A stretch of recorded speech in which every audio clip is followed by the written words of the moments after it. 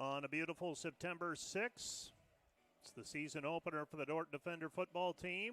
We say good afternoon from Open Space Park. Dort Defender football is on the air as the Dort Defenders will take on Dakota Wesleyan in Great Plains Athletic Conference football action here at Open Space Park. Dakota Wesleyan comes into the contest 1-0 after a heart-stopping win over Dakota State last Saturday night. The Dort Defenders are playing in their season opener. They are scheduled to play 10 games in the Great Plains Athletic Conference this season. They're staring down a bye in a couple of weeks, so they'll get 2 in, and then it'll be 8 straight after that. Dort coming off an 8-2 record last season. They have won 6 in a row over Dakota Wesleyan. Good afternoon. My name is Mike Biker. I'll be describing the action to you from Open Space Park. A little bit later on, Kyle Achterhoff will be by to provide some color commentary for today's contest. But we're going to get into our pregame show. We will be coming up. We'll be talking with Alex Kretchar. He's the head football coach for Dakota Wesleyan. We'll check in with Joel Penner, football coach, Dort Defenders, entering his 10th season. All that comes up on the Wireless World pregame show. Let's take a 2-minute timeout. We'll be back with more from Open Space Park right after this 2-minute timeout. You add up all the Wi-Fi connected devices in your home these days, you'll be surprised at how many there are and how much bandwidth they're using. Do the math. It just may add up to needing faster Wi-Fi. Premier Communications has you covered with reliable internet speeds up to 1 gig. Keep everything connected with Premier Communications. Visit us online at mypremieronline.com or call at 1-800-741-8351. Premier Communications. Looking ahead.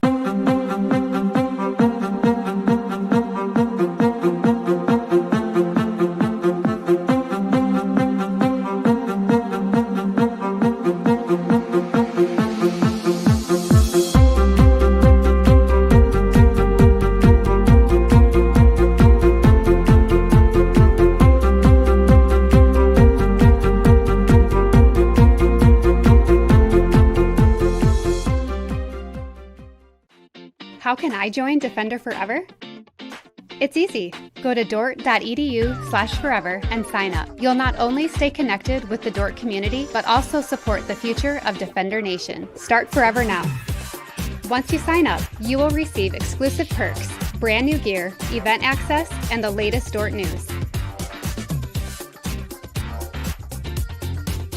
Be part of something special. Be part of Defender Forever.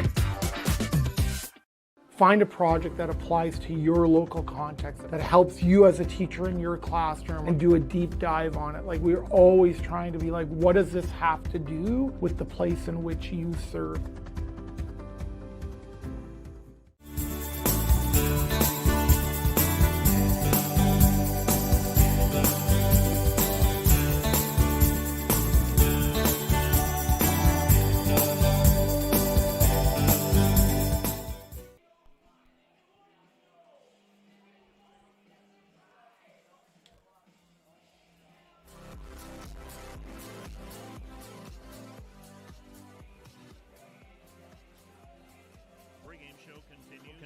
And we will check in with the Dakota Wesleyan sideline, and this is Alex Kretchar. He is the head football coach for Dakota Wesleyan. Year number 2 for Coach Kretchar. And how is year number 2 different than year number 1 for you as head coach?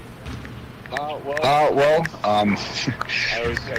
kind of joked when I first took over that I feel like for when you become a head coach, you're not really fully ready or not really fully understanding of everything that goes into being a head coach until about year 2 or 3. And after having 1 year under my belt, I definitely feel a lot more comfortable in the role. In this business, you're always preparing for, that next opportunity in a way, whether it's your position coach and you're doing what you need to do to prepare to maybe become a coordinator. And when you're a coordinator, you're doing what you need to do to prepare to be ready for the head coaching seat when that opportunity presents itself. But the challenge of going from being a coordinator to a head coach is a little unique in the sense of, now you have to focus on everything with the program, not just maybe your side of the ball, or if you're a position coach, just your position group. So going into this second year, felt a lot more comfortable. Not necessarily been there, done that, but all right, hey, had a little bit more of a plan right off the bat for some different things, whether it was the off season, fall camp, first game of the year, that type of stuff. So definitely feel more comfortable, and I got to give a lot of credit to our assistant coaches, because they've done a great job as well of helping me with what I need. And that's kind of the big change, just growing in the position. Week number one, or week 0 last week with Dakota State. What's the advantage of playing that contest with Dakota State right out of the chute?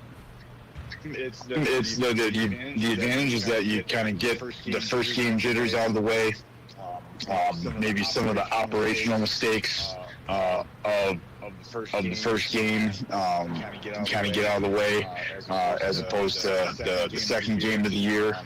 You try to simulate what a game would be like when it comes to maybe transitioning from offense to special teams, or going from offense to defense, that type of stuff, all the different types of game situations. You try to simulate those as best you can during fall camp, but unfortunately, no matter how well you do at simulating those, sometimes you just can't really get what it truly feels like in a game. So we got that stuff out of the way, and we're able to coach up some of those communication things, or different mishaps that might have happened for those first games. But so we have that advantage. The disadvantage is that we have to work off of both teams. Have to work off last year's film, because when it comes to exchanging film, when one team has a bye week in that week 0, then you don't have that year's film to go off of. So there's that disadvantage for both teams. But all in all, we're happy with how obviously first week went, and we're excited for this challenge. Looks like it was an opportunistic win. Maybe didn't have things go your way through the course of the game, but ended up winning by a couple of points. Is that a correct way to term this one from Saturday night? Ultimately, our team made enough plays to come out on the right side of the scoreboard. There's definitely some things in all 3 phases that we need to clean up from week 0 to week 1. But really proud of how the guys figured out a way to get the win and made enough plays, and definitely gutted it out to come out on the right side of the scoreboard, like I said. Who are the 3 or 4 players, or maybe 2 or 3 players on the offensive side of the football that I need to be watching for your team? Who's going to make who's critical for your success this year? Ultimately, we have a first-year starting quarterback in Jed Jensen. He's a redshirt sophomore, so he's took the reins as the starting quarterback. Did some good things last Saturday. Did some things that we need to clean up. Excited to see how he grows and progresses from our week 1 to week 2. Then in the receiving core, we have some young guys that are stepping up and had good camps and done well. Excited to see kind of how they grow this year. And also in that one specifically in that receiving core, Stephen Christian had a big play, first play of the year. Had a touchdown kickoff return. But we're excited to get him more involved in the offense. And then also Cole Holden, who's a returning starter, returning all conference honorable mention last year. And then our running backs are going to have to do well. We kind of have a running back by committee, a couple different guys that'll be taking snaps. But we ultimately need to, for all 11 guys, we got to understand what our job is and execute our task and go from play to play. How does your defensive side of the football look? I know here at Dort, many spots to fill on defense. What's the status of your defense from last year to this year? We have several returners that we're excited about, and Grayson Hansen at linebacker, Joe Van Overshield at linebacker, Landon Roostink at defensive back playing corner, and then for the defensive line, we have a few guys, juniors and seniors, that did some good things last year, and they've definitely grown a lot. And a couple of those guys are Cody Winslow going into his senior year, Carter Skogsberg and Weston Wolberg, who are juniors this year. We're excited to see kind of how they grow throughout the season. Our defense played solid on Saturday. There are some things that obviously we need to clean up and that we talked about in the film room on Sunday. But I thought they played a solid game, doing a good job of getting guys to the ground and getting in the correct gap and having the right coverage. To today's game with Dort, you have the disadvantage of not having a week of tape from this year to prepare for. How do you prepare for this Dort team?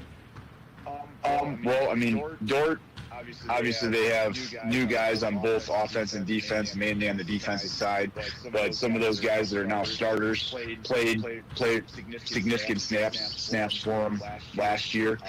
So, I mean, watching the film from last year, Dort is a very disciplined team. They are every year. And offense, defense, special teams, for the most part, they're going to do what they do. And so in that regard, we have a decent idea of what they're going to do, but every year, coordinators on both sides of the ball, doesn't matter what team it is, are going to change a few things up, have a few wrinkles, some things that they felt that they could take advantage of. Also, they're going to play to their personnel, and while I do think they're going to be similar, we're definitely ready if they come out in some different types of coverages on the defensive side, or have some different, maybe bring in 5-man pressures instead of just four down linemen rushing, which they did a lot last year. But we're definitely ready for them to be similar to what it was last year on the defensive side. From the offensive side, they've been obviously running that spread triple for a while now, so we have a pretty good idea of what they're going to be doing. But like I said, coordinators every year, they're going to have a few wrinkles, things that they change up, things that they saw, from a year in the off season of doing self-scout and things like that, things that they felt they could be better at, they're going to have put more emphasis on, or things that they think maybe they can take advantage of. They're going to have some wrinkles there, so we have to be ready for those things as well. Alex Kretchar, Dakota Wesleyan football coach, best wishes to you on Saturday, and we will kick it off at 1 o'clock. Thanks for the time this morning. That's Coach Alex Kretchar. Let's take another 2-minute break. We'll be back with more visiting with Coach Joe Penner right after this 2-minute timeout. Welcome to Sioux Center, Iowa, life in the center of everything. Where we connect with friends, coworkers, family, and the great outdoors, knowing that in Sioux Center, you're never far from making the next great memory. And we grow great companies that make cutting-edge breakthroughs to make life better here and around the world. And when it's time to play, we keep friendship, family, and a bright future at the center of everything. Hey Defender Nation, my name is Darren Kaiser and I'm excited to serve as the new athletic director at Dort University. Thank you for tuning in to the Dort Media Network and supporting Defender Athletics. As an athletic department, we are committed to the Defender way. This means we are committed to the Great Commission, developing servant leaders, the academic development of our student athletes, and the pursuit of championships. I'm eager to join with you in supporting our athletes this year. Thank you for watching Defender Athletics on the Dort Media Network. Go Defenders!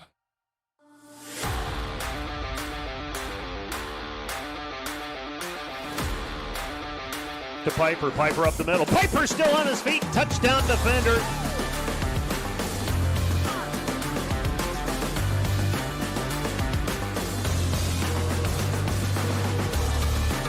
Cade Roark to the goal line. Touchdown, Defenders.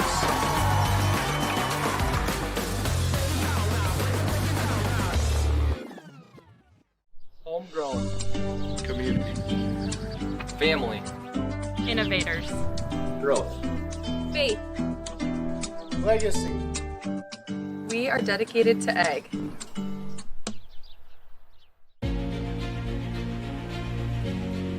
This is a Dort Media Network student-produced live stream broadcast.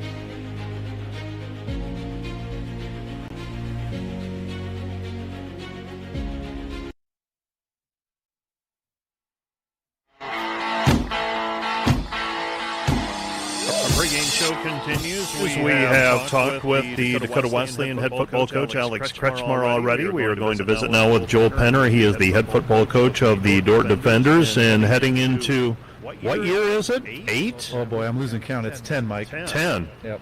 I was giving you too much credit. You're aging gracefully. Well, that's kind of you. That I am nothing if not kind, Joel.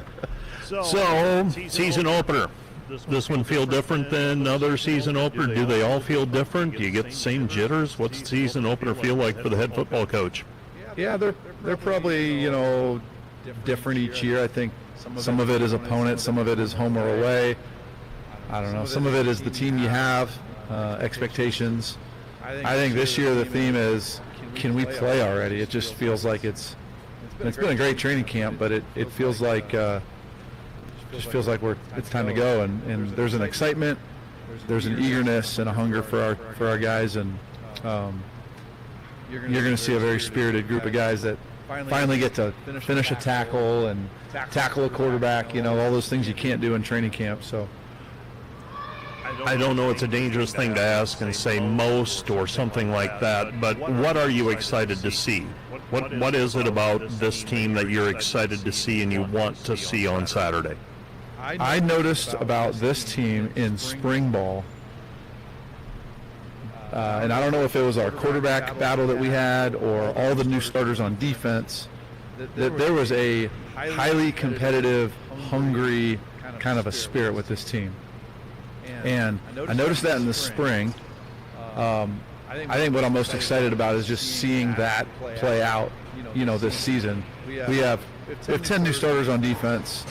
Only 4 on offense, but these guys have been battling their brains out for depth chart spots, and practices and games can be different sometimes. So I'm just excited to see these guys finally go out and play.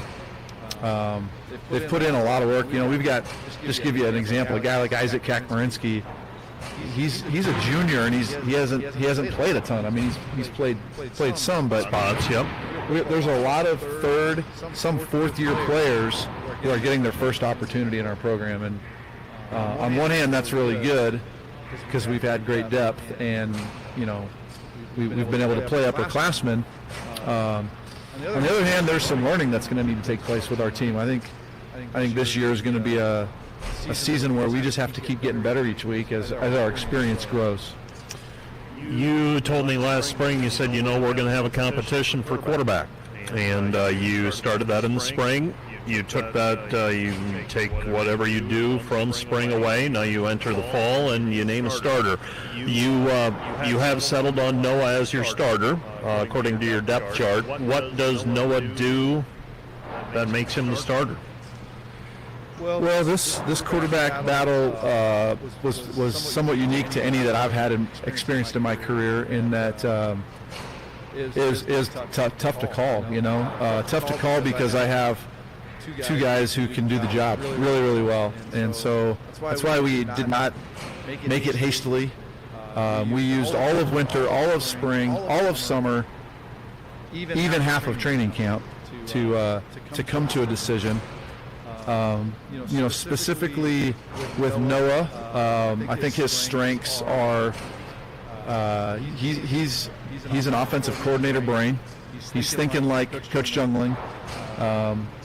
He can put the ball anywhere on the field. I feel like he does a great job in the option game. So he's really well rounded. And that doesn't take anything away from Colson. Colson's the highest winning percentage starting quarterback in Dort history. He's the only Dort quarterback to win a playoff game and beat a top 5 team. I mean, now you know why the decision was not an easy one. But these two have just battled admirably and done it the right way. They're each other's biggest fans, which is fun to see as well. But Noah's going to have a great day, and we're excited to kind of turn him loose. You return a lot of people on the offensive line, but you also welcome back an Ethan Hansen, who is back after being injured for much of the second half of last season. What's it like to bring back an Ethan Hansen and be able to plug him back into the offensive line? Yeah, Ethan's terrific, and that left tackle position is so critical. He's had a great camp. He's just a guy that's, I think, gotten better each year. Yeah, when he went down last year, that was a hit. I think we have a deep O-line, and we recovered quite well last year. But it is really nice to have him back. Defensively, you talked about all of the changes. Do the schemes remain mainly the same, or do you have to fit your scheme to the personnel? Yeah, I think schematically it's a lot of what we've done that's helped us establish, a great defense. There's obviously, tweaks here and wrinkles there, but anyone that studies defense, you're going to see this basic structure being the same. And Mike, what makes great defense in so many ways is the things between your ears. It's the things that motivate you to run to the football. It's the physicality that you play with. And I really think this group that we have starting for us now and their backups, we're just reloading the same philosophy. I think there's going to be a learning curve. I think it's going to take time to get used to playing full speed and the tackling and all those things that new players who haven't played that many snaps struggle with. But I think these guys are ready to go. Last week, Dakota Wesleyan and Dakota State played on Saturday, so you had the opportunity to watch that game, break it down. What did you see from Dakota Wesleyan that you need to prepare for? Well, obviously they took the opening kick back for a touchdown, and so right away you gotta show that to your guys and make sure they're sound. You don't practice your kickoff team live all training camp and then you kick off your season, and that's a trap, that teams fall into. So I think it was good for us just to see that in the stat sheet and say, hey, this happened. And usually when a kick return happens, it's somebody misfit. It's a mistake that was made, and so I think it was sharpening for us to see that. It doesn't hurt to have Stephen Lynan kicking off either. Stephen can put the ball really deep, and that helps. But we have to cover well, and I think they play a style of defense that's unique in the league. Coach Bessler is their D coordinator, and he was at Doan for years, so it's very familiar to us because it's the same structure of defense. He ran at Doan, and they do a really good job of, chaos. It really is a chaotic defense, and so it forces us to make sure that we're sharp with what we do. One player that I think we just got really used to, and we took him for granted at the end of his career. Maybe you think you know who I'm going to say, maybe you don't. Your punting position can be a really, really important position. I know. We had a 5-year starter punter. Yes, and a pretty good one. Well, he led the nation in punt average last year, which you're bringing up a sore subject because he was all-conference, honorable mention in the GPAC when he led the nation in punting. But that's a different story. Duly noted. We have a great kicking game. Okay. All right. Ivan Orozco is our starting punter, and he is booming the football. And he's cleaned up some of the things, with timing and footwork that we needed him to work on. We're not going to skip a beat in the punt game. I hope we don't see him much. That's always the hope. No. But I feel great about our punt game and our snapping, everything. We're going to have a good kicking year. We are almost finished. What am I not asking? What am I missing? What should I be asking you as you head into the season opener? Mike, you're pretty thorough. I don't know if I'd bring any critique to that. I love talking football, and it's exciting that we're in this spot again where we get to talk each week about the upcoming game, and can't wait to see our guys come out. Every week's going to be Team X this year. That's an area of focus for us. Explain that. Team X meaning faceless opponent. We're not gonna bring our A game one week and then take somebody lightly, and it's not going to be like that. There needs to be a very consistent. Like I mentioned, all these new players starting for us. We just have to come in and say every week we have to get better, and our players have set very high standards for themselves for that to happen. So we got to kick this thing off and just see what happens. Joel Penner, Dort football coach. We will be back with more on the pregame show right after this. Nation, did you know that Dort Athletics has over 700 student athletes that make up less than 50% of the student body? We want to invite you to join the Defender Gold Club and support those student athletes, our staff, and coaches this season. Your charitable donation helps advance Defender Athletics and the Defender Way. Last year, we were just shy of 900 members in the Defender Gold Club. Help us reach that 1,000 member mark this year. By becoming a member, you will directly support the student athletes and coaches here at Dort University. Thanks for watching. Go Defenders.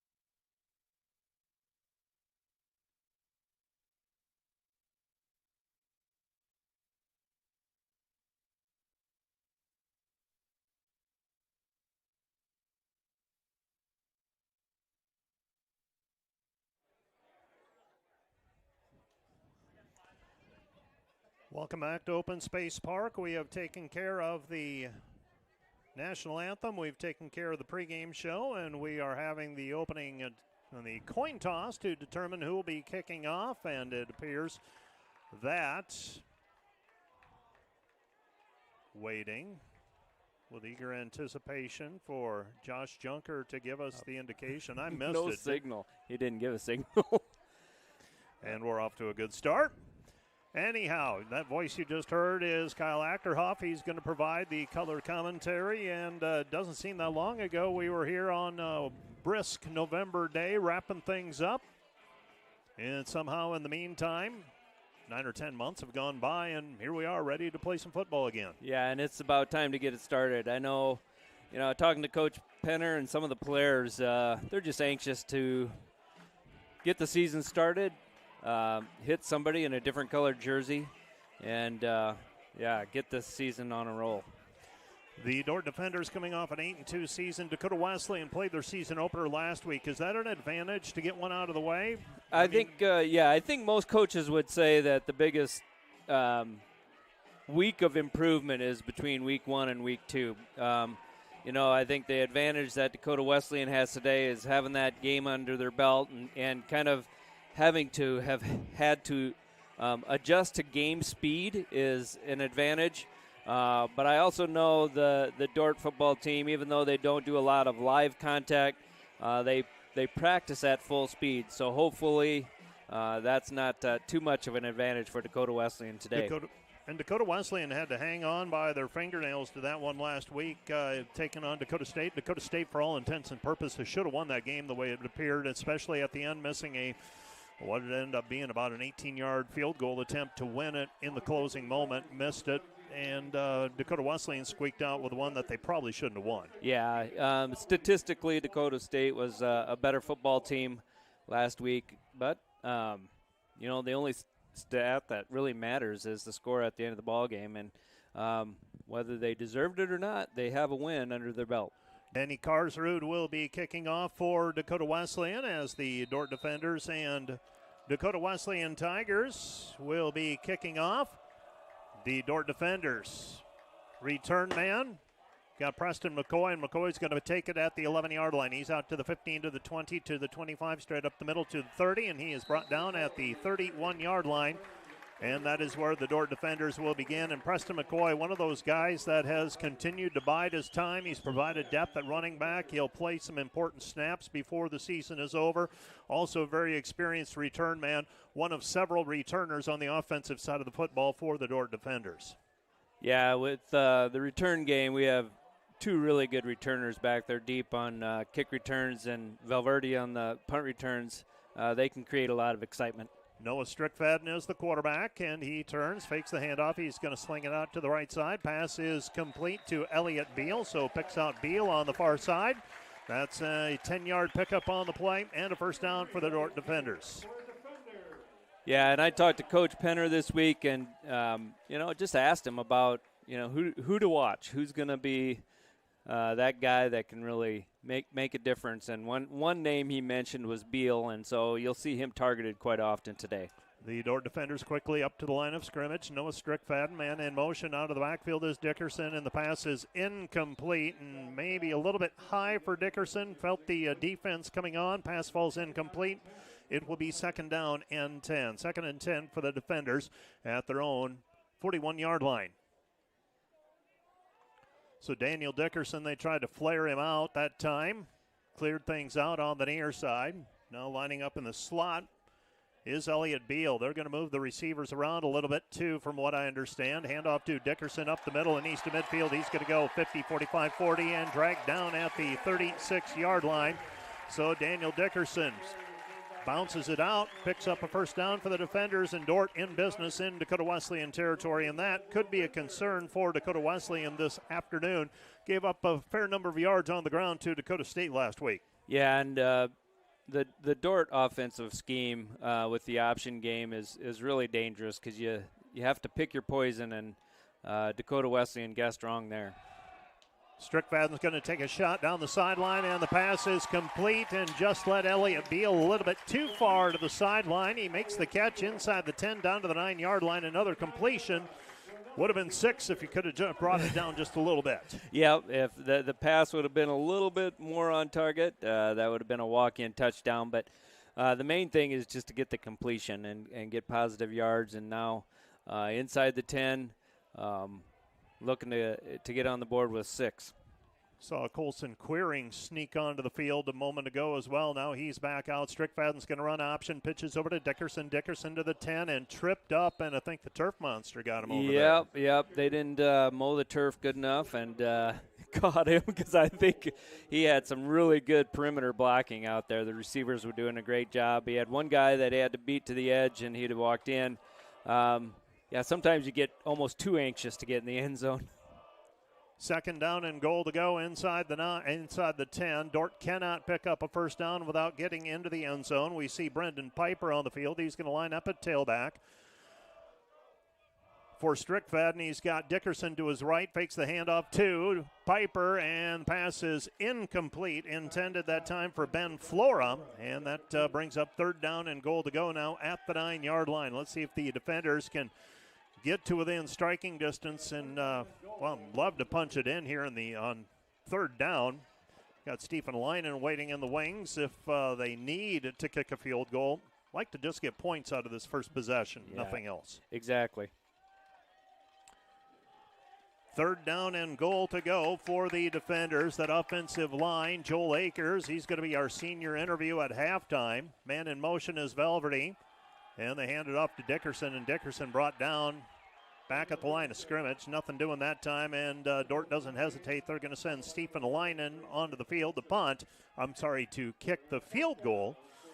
Didn't mean to give you a heart stoppage there. That's going to be a 28-yard field goal attempt here for Stephen Leinen, well within his range. He was 8 of 10 last year on field goal attempts. So Stephen Leinen, he'll kick it out of the hold of, I believe that is Ivan Orozco. So Ivan Orozco is the holder. Takes a knee at the 18, so a 28-yard field goal attempt. Stephen Leinen lines it up, has the distance, splits the uprights, and the defenders get points out of it. 3-0, Dort with the lead. 11:52 left to go in the first quarter. Back with more from Open Space Park in 1 minute. Broadcast brought to you by 712 Nutrition. Transform your health and wellness with 712 Nutrition. Stop in today for healthy, delicious protein shakes bundled with a supportive community. Start feeling your best today. Find furniture, mattresses, flooring, paint, and window treatments at your local Furniture Mart. They are family-owned and located in downtown Sioux Center. German Farmers Mutual, protecting the farm and home since 1891. Northwest Iowa's local insurance partner. Online at germanfarmers.com. Today's broadcast brought to you by Ployne Publishing, quality printing from design to delivery. The Greenhouse, located in Hall, Iowa, bringing you amazing coffee, energy drinks, breakfast, lunch, and so much more. A big city feel, only 10 minutes away from Sioux Center, with a second location opening soon in Sanborn. Today's broadcast brought to you by Huber's Plumbing, Heating, and Air Conditioning of Orange City. Whether you're looking for repairs, replacement, or maintenance for your air conditioning or heating system, Huber's Plumbing, Heating, and Air Conditioning of Orange City will exceed your expectation.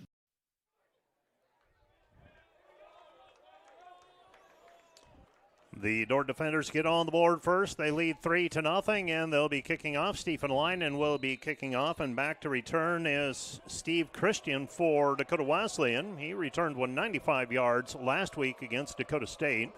He was mentioned by name in the pregame show, and they kick it to the 10-yard line. That's where he'll begin his return, and the Dort special teams swooping in and making the play. That's Nathan Feldman, a freshman from North Polk, and he comes in on special teams and makes the play. And Dakota Wesleyan starting out first down and 10 at their own 10-yard line. Yeah, really good coverage there. I know it's been an emphasis this week. The main thing that helped the kick coverage there was the height of that kick.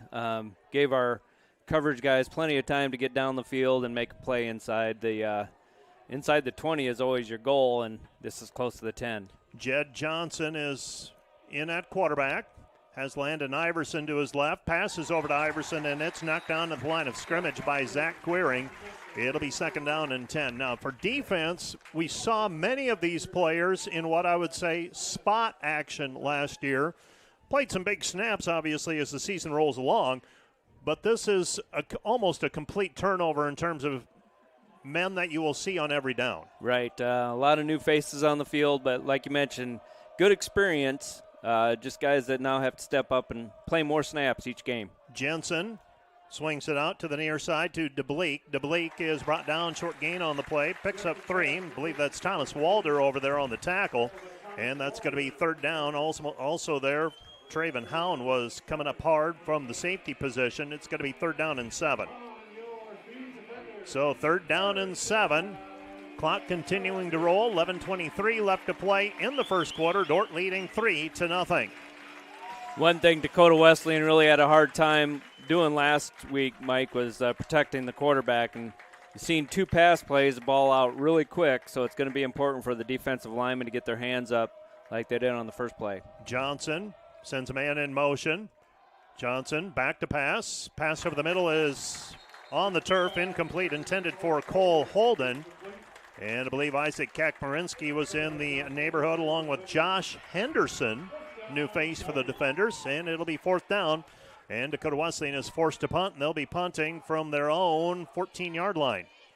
Back to return will be the all-conference honorable mention selection from last year, Keenan Velverty. Velverty with his heels at his own 40-yard line. And punting will be Cole Holden from his own end zone. Dakota Wesleyan in those bright white jerseys. Gets it away. Spiraling kick. Nice kick. Drives Velverty back to his own 35-yard line. Backtracks a little bit. Now he's to the 30, 40. Cuts it back, 45 and 47-yard line. And as he was backpedaling, I'm thinking, oh, you're flirting with disaster, but made something good come out of that. Yeah, that was one of those punts where if Velverty does not field that thing in the air, it's probably rolling down inside the 20 or even the 10-yard line. So by him fielding it and getting positive yards, he probably saved, 20, 30 yards. I don't know who it was that could have been called for a crackback block, but he backed off, didn't make the penalty, and didn't make the illegal block. Dort's got good field position. First down and 10 at their own 46-yard line. Strickfaden turns hands to Dickerson. Dickerson across midfield and breaks a tackle. He scored it out at about the 49-yard line and picked up another 5 yards of pay dirt. First down and 10 for the defenders at the Dakota Wesleyan 44-yard line. Ben Flora will go out to the right side. Dort's going to flood the right side the way it looks. Also got Queering lining up as a tight end to the near side.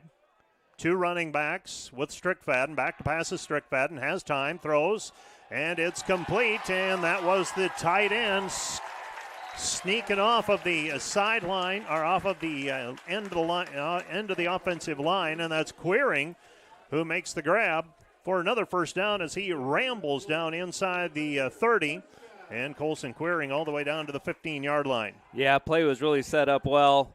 They had two receivers to the short side of the field, and Rhett Williams. Rhett Williams, yep. Yeah, there you go. Double numbers. Rhett had the whole west side of the field to play with, and was able to find the opening. My apologies. I knew that Queering was a safety. That was Williams who got free for the reception. So our apologies to the family down in Missouri if they're watching. Yep, we know it was Rhett. Rhett missed most of last year missed all of last year with a broken collarbone, so good to see him playing. He hung around campus, one of many guys that stayed around campus this year, worked on the grounds crew during the summer. Second down and 5. After that carry by Dickerson. Second and 5. Strickfaden looks to the right, sends a man in motion, and hands it off. Dickerson spins, and he's into the end zone for a Dort defender touchdown. An 11-yard touchdown run for the defenders and Daniel Dickerson. And Daniel Dickerson right now establishing the ground game, and right now Dort able to mix it up offensively, both pass and run, and Dakota Wesleyan's defense could be in for a long day if they're unable to stop one of those. Right, and Dickerson's not a guy that you're going to take down with an arm tackle, sticking an arm out at him. He'll run right through those like he did that on that play, able to get in for the touchdown. Stephen Linen on to attack the point after. It's up and through. The Dort defenders are out to a 10-0 lead. 10-0 our score. Dort 2 possessions and 2 scores. 8:47 left to play. First quarter, back with more in a minute. Today's broadcast brought to you by Cruz & Cruz, PC, certified public accountants. Offices in Sioux Center and Lars. Helping you attain your financial goals is their commitment. Today's broadcast brought to you by Joyner and Dort Dentistry, providing implants, dentures, and dental care for your whole family in a modern and friendly atmosphere. Today's broadcast brought to you by Ski-Bout Window and Door, your local window experts. Whether you're building or replacing, Ski-Bout Window and Door has the products, people, and knowledge to get the job done right. See Ski-Bout and see the difference. NewTek is your partner for success when purchasing equipment for construction, manufacturing, agriculture, and other industries. Don't miss the opportunity to transform your business and redefine your productivity standards with NewTek. And today's live stream broadcast brought to you by Verhoof Automotive. Verhoof Automotive in Sioux Center is your local Chrysler, Dodge, Jeep, Ram, Chevrolet, and Buick dealer. Verhoof Automotive, worth the drive from anywhere.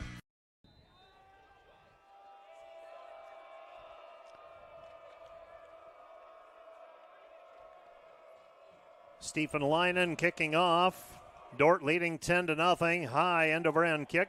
Christian's going to call for the fair catch inside the 20-yard line. And Dakota Wesleyan will take over first down and 10 at their own 25-yard line in effect on the touchback. So the Dort defenders out to a 10-0 lead. Dakota Wesleyan's got to come up with an answer here. Dakota Wesleyan will send Jed Johnson onto the field again. And he had, I believe, his completion percentage last week under 50%. Had a tough day throwing the ball and running. He was the most effective rusher as well, along with Landon Iverson. And it was just a tough day offensively last week for Dakota Wesleyan. Inside handoff to Iverson, and Iverson almost caught in the backfield for a loss. I don't know who the defensive end coming in there very nearly met them at the mesh point. Picks up 1 yard on the play. Second down and 9. So 2nd and 9, Dort leading 10-0. 8:24 and counting, first half. Dort's at home today and then head on the road. Won't be back at home again until October. Rolling right, pass is complete. Maybe a pickup of 5 on the play. Tackled by the defenders, Thomas Walder. Walder's been in on some stops already. And it'll be 3rd down and 4, and the Dort defense will try to get off the field here. 3rd down and 4. Johnson sends receivers off to the left and right. Nose tackle for the defenders, Derek Pop. Isaac Kakmarinski coming up as well from the linebacker spot. Dort putting pressure on, and nothing there. Initial contact, Joe Johnson, and then Zach Queering finished him off for no gain on the play for Jed Johnson. And it's going to be 4th down, and Dakota Wesleyan will be forced to punt for the 2nd time this afternoon. And Keenan Velverty will trot out onto the field. Might want to get a little deeper than that based on the last kick we saw. Right now he's at about the 37-yard line. He'll back it up. I'm guessing about the 25 would be a good spot to be. Yeah, Coach Kabongo is getting him set out there. So he's set up at the 25-yard line. We see Cole Holden for the 2nd time. And this one a spiraling kick. Velverty will take it at his own 21-yard line. Comes up to the sideline and picks up 6 yards on the play. I have compared the role of punt returner. You've heard me say it. It's kind of like the rodeo clown. You have to be fearless back there, right? You're looking at a ball that's in the air, and your eyes are focused there, and you're not seeing where the coverage guys are coming from or how quickly they're going to be there. You just have to have faith in the guys that are blocking up front for you and field it and make something happen. I want to ask you a question about that after the next play, so be ready. All right. I am. Noah Strickfadden hands it off. This is Velverty. Velverty squirts through. 4-yard pickup on the play. It'll be 2nd and 6. Is it a victory to just field a punt cleanly and the return is a bonus? Yeah, for sure. Because whenever a ball is on the ground, you don't know where it's going to bounce or how far it's going to go. Or who it's going to hit. Yeah, exactly. I saw, Iowa State muffed their first punt return today against Iowa, and it resulted in 3 points. So it's really important to field that thing cleanly. Velverty picks up 1st down yardage on the play. It's going to be a 6-yard gain on the play. 1st down and 10 for the defenders at their own 44-yard line. So Velverty that time didn't go down easily either. Bounced off a tackle, broke one, and stopped at the 44-yard line. 1st down and 10. Dort's got a stable of running backs again, it appears. They do, and what's fun about that group is they all have a little bit different skill set. I was going to say we haven't seen Brendan Piper yet make a run, and the pass is completed to Elliott Beal. Beal to the 20, to the 15, and tossed out of bounds at about the 11-yard line. It'll be 1st down and 10 for the defenders deep in Dakota Wesleyan territory. And Elliott Beal right now getting free, and Noah Strickfadden delivering. Yeah, and that was a really well-thrown football. Actually, was released before Beal's break, and nice part about what Beal did on that play was not only catching it, but snapping the head around as the ball got there, and he was able to make a clean catch and a nice little run after the catch as well. 1st down and 10 at the 13. We've got Brendan Piper in the backfield. Ethan Snyder lining up. He's going to go in motion, that tight end from right to left. Strickfaden turns, fakes the handoff. He's going to roll right, doesn't have a man open. He stiff arms a would-be tackler and is forced out of bounds.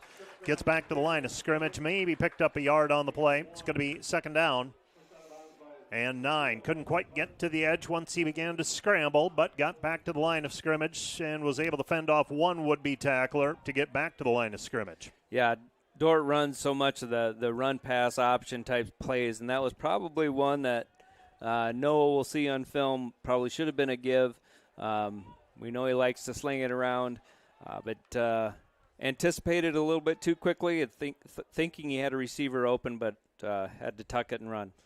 Piper gets the handoff, and Brendan Piper into the end zone. Touchdown defenders in a gaping hole on the right side of the line. And that offensive line for the defenders, that's Luke Gintz and Colin Friesen over on the right side of the offensive line, paving the way for Brendan Piper to walk it in. Yeah, and the redshirt freshman Friesen just absolutely pancaked his guy, creating a huge hole for Piper to run through. Stephen Leinen on to attempt the point after. Dort leading 16-0 with 4:45 left to go in the first quarter. It's been all Dort thus far.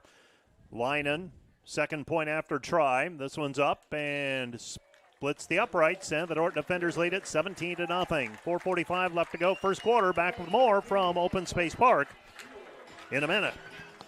Today's Dort Media Network live stream broadcast is produced by the students of Dort University. And brought to you by Pizza Ranch, buffet, carry out, or delivery.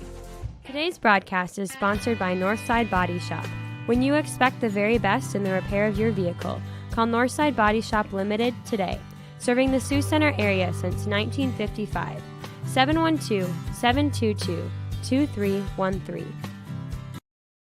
Hey Defender Nation, did you know that Dort Athletics has over 700 student athletes that make up less than 50% of the student body? We want to invite you to join the Defender Gold Club and support those student athletes, our staff, and coaches this season. Your charitable donation helps advance Defender Athletics and the Defender Way. Last year, we were just shy of 900 members in the Defender Gold Club. Help us reach that 1,000 member mark this year. By becoming a member, you will directly support the student athletes and coaches here at Dort University. Thanks for watching. Go Defenders.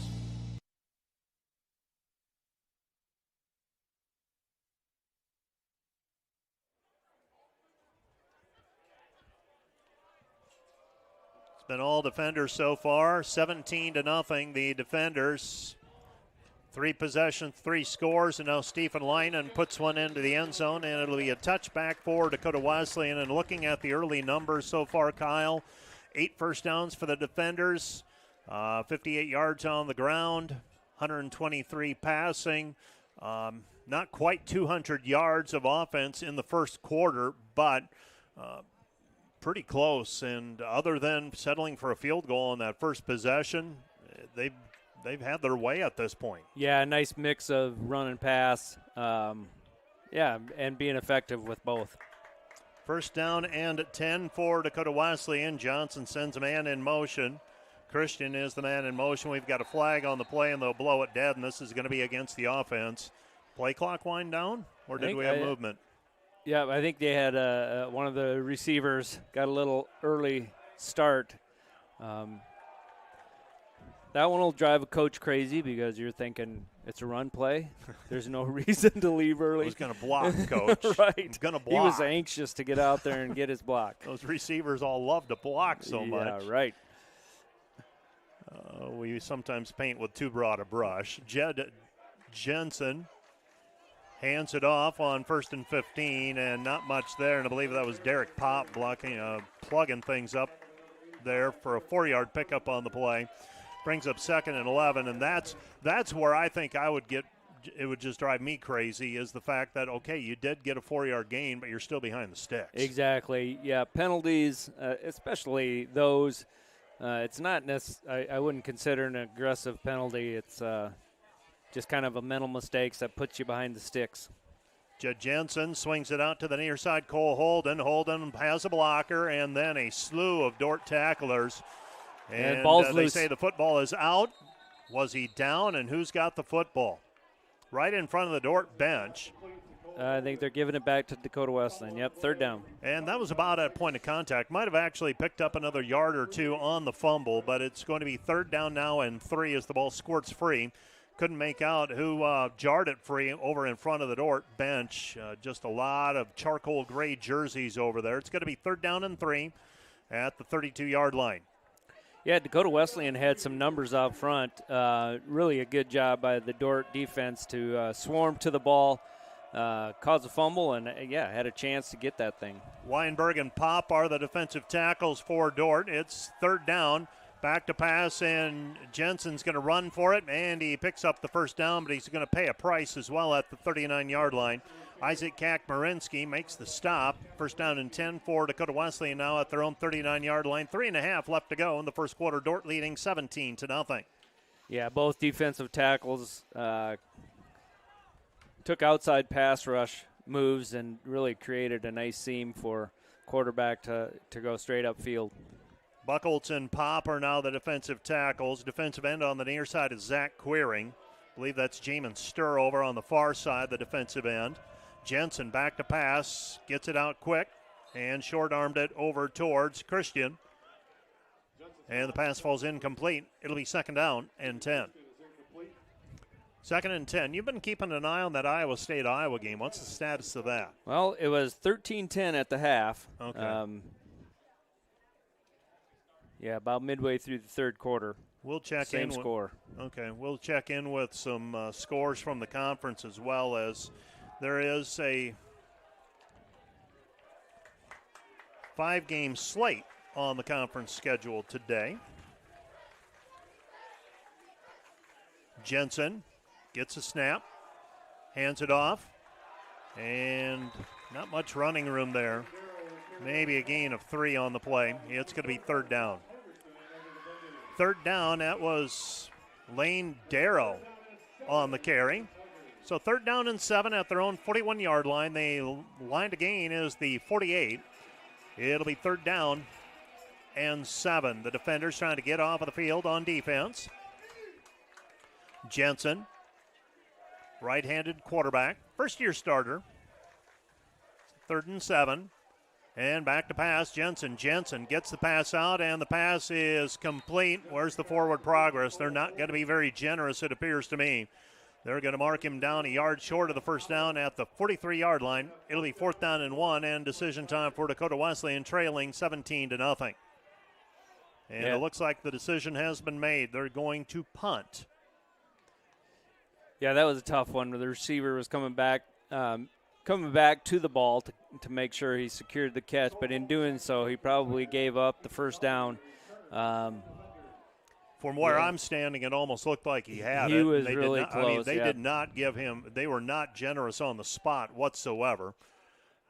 Trying to draw Dort off. They don't jump. And this one gets shanked to the sideline, and that's going to be out of bounds. And where will the official line it up and say it went out? He's trotting up to the 20. He's to the 25. He's to the 30. He's to the 35-yard line. Exactly. Right on the spot. It's amazing how he just marked that right. He knew it went right out at the 35. Scientific art.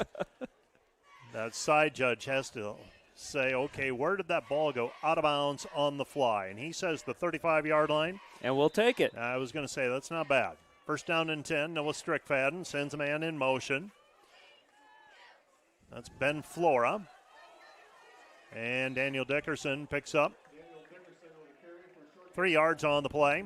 It's going to be second down and 7. So even when it looked like Dickerson might have been stopped at the line of scrimmage, picks up another 10 feet or so. It's going to be second down and 7. Dort leading 17-0.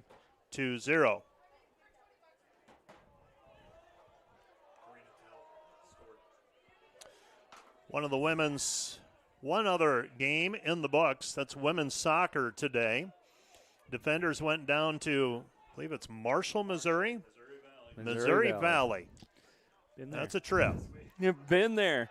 Pass goes flips it out right side to Velverty. Velverty near the first down marker, and not going to be generous on that mark either, and going to mark him down Short of the first down, it's going to be 3rd down and 1. Karina Tell, the goal for the defenders. They were down 2-0 to Missouri Valley. She got a goal with about 70 minutes played and unable to complete the comeback. So the defenders, I think they're about ready to start conference play.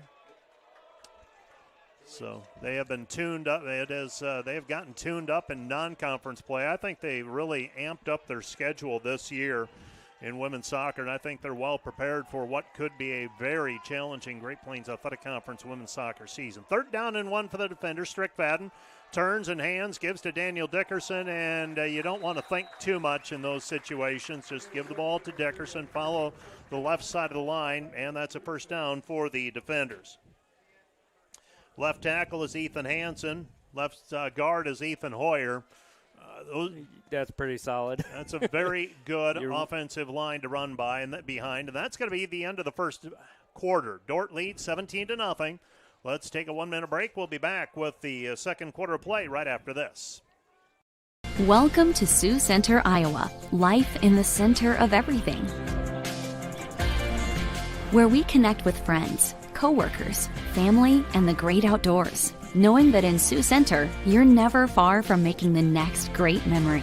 And we grow great companies that make cutting-edge breakthroughs to make life better here and around the world. And when it's time to play, we keep friendship, family, and a bright future at the center of everything.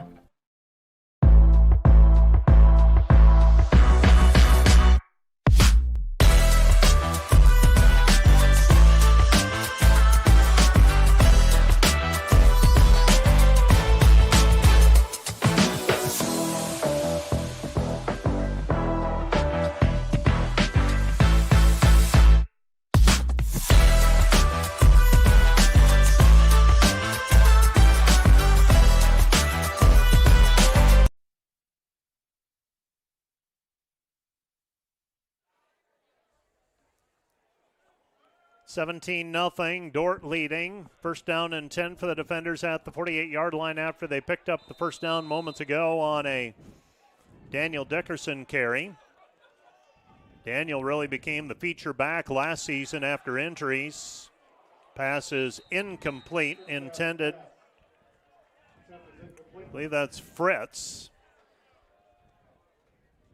And Joel Penner, he's tricking me again. He's straying outside of his 2-deep already. Tommy Fritz, 2nd down and 10. It's nice to have depth. Working on the depth, and next week at at Doane, Crete, Nebraska, a 6 o'clock kickoff, and then a bye date. 2nd down and 10. Football at their own 48-yard line. Dort leading 17-0. Back to pass is Strickfaden. Over the middle has Beal. Beal wide open, 20, 15, 10, and dragged down at the 8-yard line, and Elliott Beal, they have not found an answer for him yet. Trevor Sladke makes the touchdown-saving tackle, and it's going to be first down and goal to go at the 10-yard line. First down and goal to go at the 10. How's he getting so open? Other than being fast. He's put some nice moves on. Dakota Wesleyan's struggling in the secondary, but yeah, you're going to struggle against good wide receivers, and mentioned it earlier, but Beal is the guy that will probably be the number one target, but a lot of depth and solid talent there as well. Daniel Dickerson brought down at the line of scrimmage. Initial penetration that time, Carter Skogsberg. Skogsberg makes the tackle. Nice job of containing the run that time by the Dakota Wesleyan defense. It's going to be 2nd down and goal to go at the 10. 2nd and goal to go at the 10. Dort leading 17-0, 3 for 3 on scoring drives so far. Field goal to start it. 2 touchdowns after that. And now threatening on their 4th possession. 2nd down, goal to go. Strickfaden surveys, sends Beal in motion right to left. Fakes the hand, gave it to Dickerson. Dickerson to the goal line, into the end zone, and a touchdown for Daniel Dickerson. That's a 10-yard touchdown run for Daniel Dickerson. And the Dort defenders lead at 23-0. Yeah, 23-0. Go ahead. Yeah, on that one, Dort came out in a 3 tight end set. And Coach Penner did mention that we'll probably see a little bit more of that this year. They like their depth at tight end, and getting 3 tight ends out there probably helped kind of spread out that interior defensive line, and nice hole to run through. Stephen Linen lines it up out of the kick, out of the hold of Orozco, and the kick is up and through, and the defenders own a 24-0 lead. 13:34 left to play. First half. Back with more from Open Space Park in a minute. Broadcast brought to you by Snyder Insurance and Financial Group of Sioux Center, offering life, health, Medicare supplements, annuities, and more. Trusted service and exceptional products with you in mind since 1973. Today's broadcast brought to you by 712 Realty, a team of realtors in Northwest Iowa with the drive, care, and results you need to buy or sell your home. Visit them online, 712realty.com, leading you home.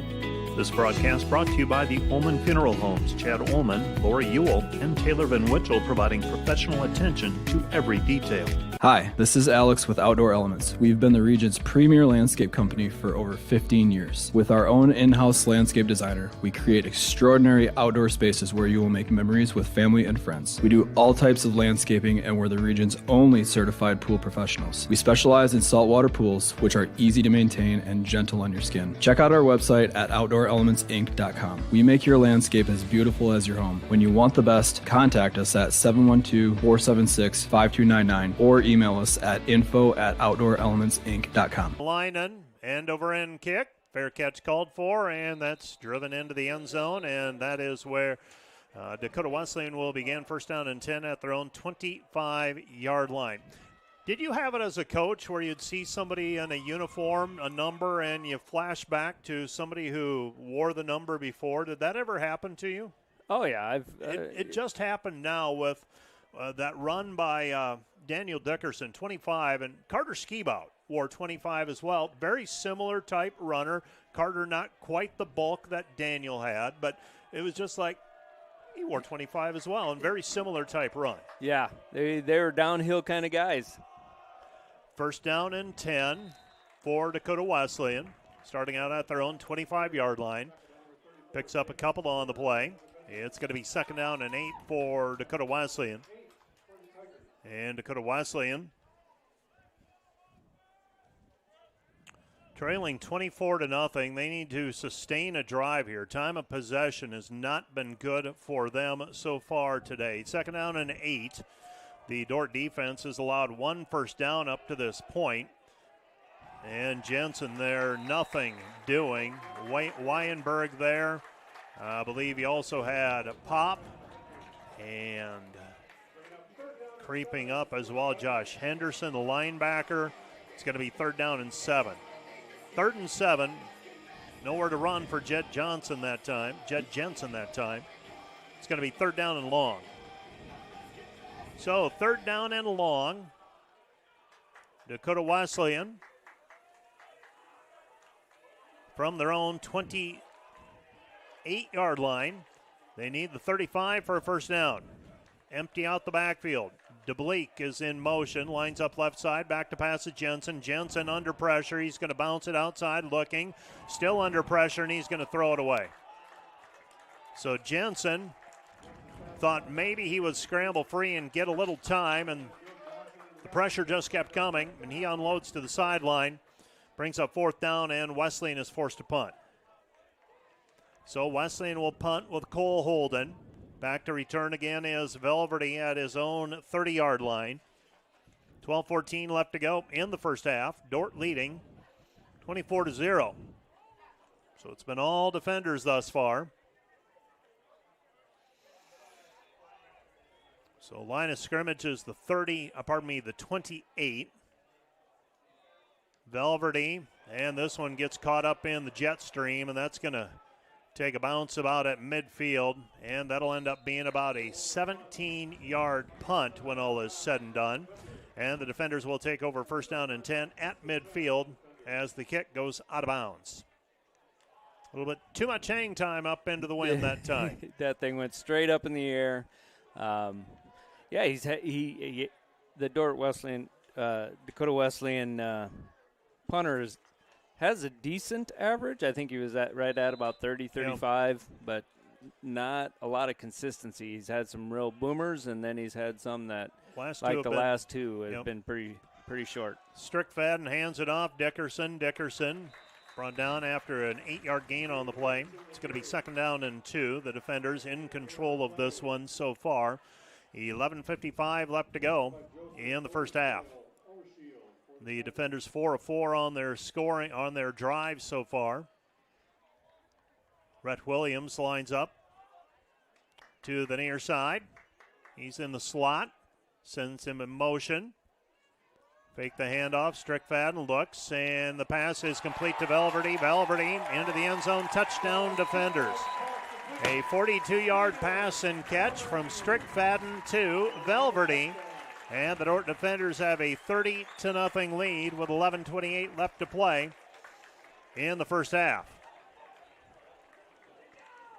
Well, for Dakota Wesleyan, unable to sustain offensively and giving up relatively quick scores when they have the defense on the field, and that has not translated into much positive here in the first half.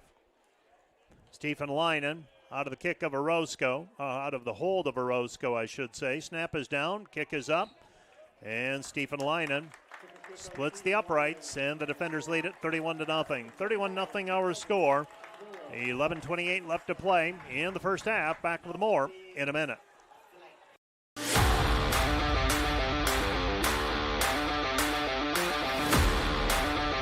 To Piper. Piper up the middle. Piper still on his feet. Touchdown, defender.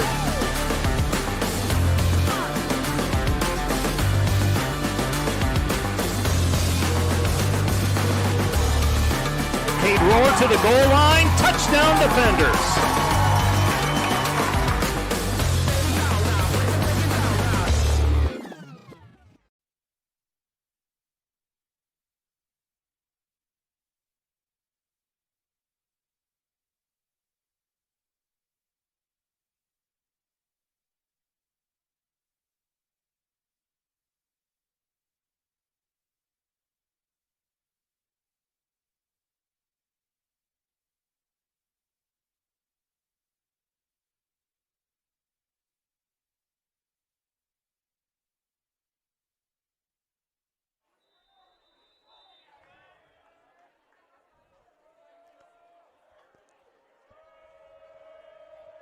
Stephen Leinen on to kick off after Dort scores on a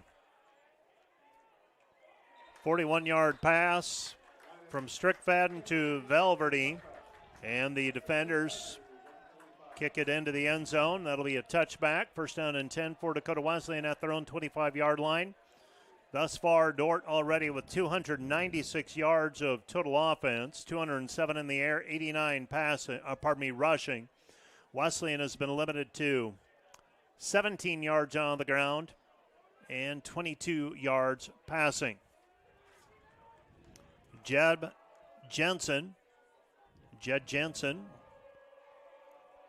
takes the snap, fakes the handoff, passes it to Robb out of the backfield, and the pass falls incomplete.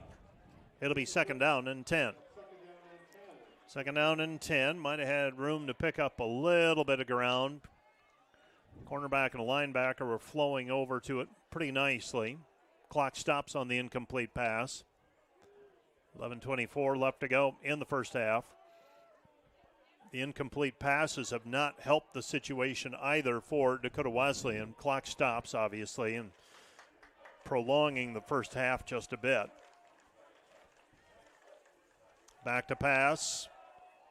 And incomplete, overshoots DeBleek. DeBleek, the coverage that time by Cole Johnson. And that'll bring up 3rd down and 10.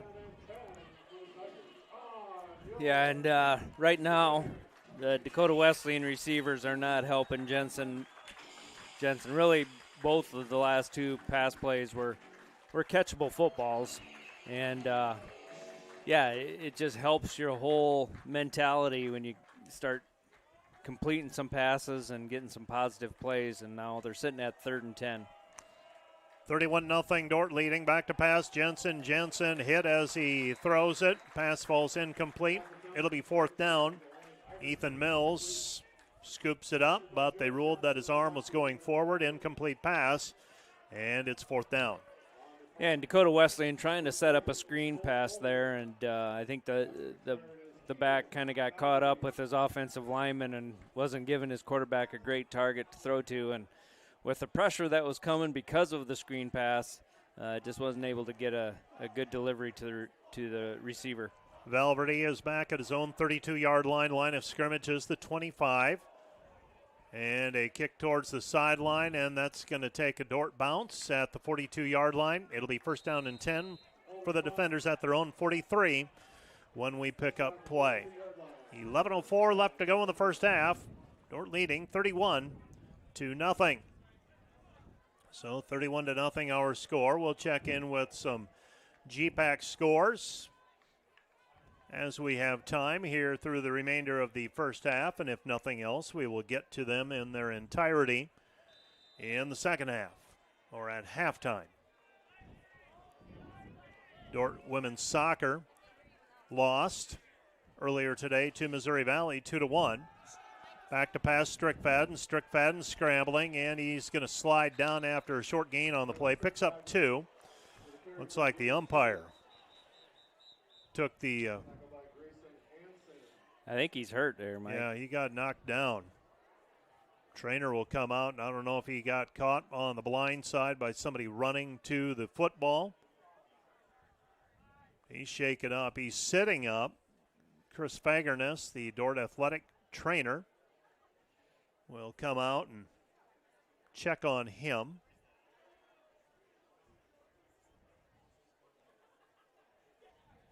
While they do that, let's tell you about some of the other action happening. Midland and Hastings are tied 3-3. Morningside leads Briar Cliff 17-0. Mount Marty and Waldorf will play at 5 o'clock tonight at Forest City. And Doane and Concordia play tonight in Seward. That's 7 o'clock. So 2nd and 8 for the defenders at their own 45-yard line, leading 31-0. And they're going to run a reverse. They get it to Carter Queering. Carter Queering on the far side and picks up maybe a yard or two on the play. It'll be 2nd down and 6, and Dakota Wesleyan stayed home on that play. They saw the play coming, and not much there for Carter Queering to work with, and it'll be 3rd down. 3rd down and 6. Football at their own 47-yard line for the defenders. Dort's 4 for 4 scoring so far today. Beg your pardon, 5 for 5. 4 touchdowns after a field goal on their first possession. So 3rd down, 6 yards to go. Strickfadden back to pass. He's going to air it out. Near side, Beal. Beal reels it in. No, dropped it. In and out of the hands of Elliott Beal at the 20. He was dragged down at the 15. Pass falls incomplete. And we might have had a flag on the play. Dort's offense has not left the field yet, and there is a flag lying at the 43-yard line. So not at the line of scrimmage. It was in the backfield. I didn't see the play at the end of the play. Was there roughing the passer, or? I don't think so. It would have had to have been really late. So yeah.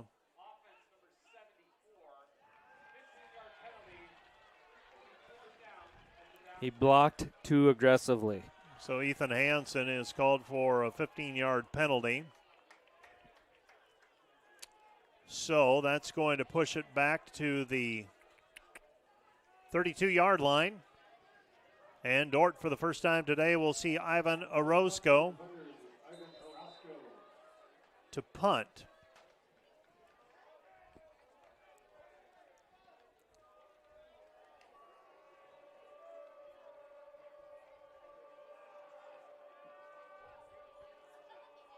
So Orozco punting, and he booms it to the 34-yard line where the fair catch is called for. So Ivan Orozco called on to punt for the first time. And it'll be first down and 10 for Dakota Wesleyan at their own 35-yard line. Best field position Dakota Wesleyan has had up to this point.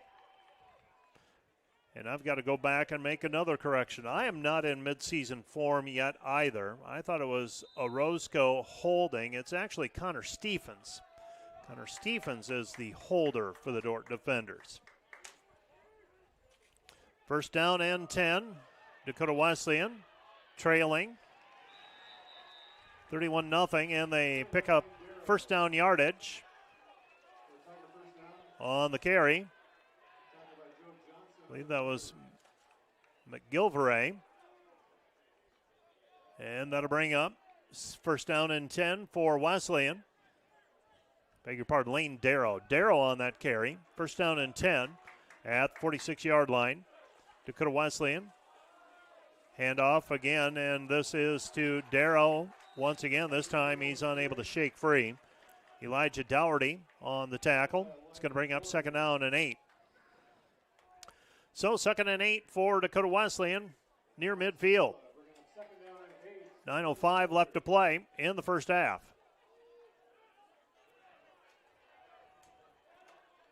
So Dakota Wesleyan, numerals on the helmet. They've gone away from the Tiger emblem on the helmet.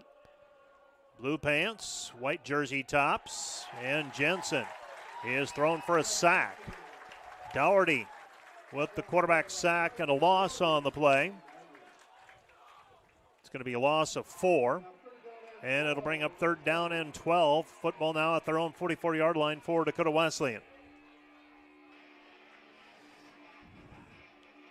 So third down and 12. Dakota Wesleyan haven't had a lot go right so far today. They picked up a first down on this drive. So third down and 12.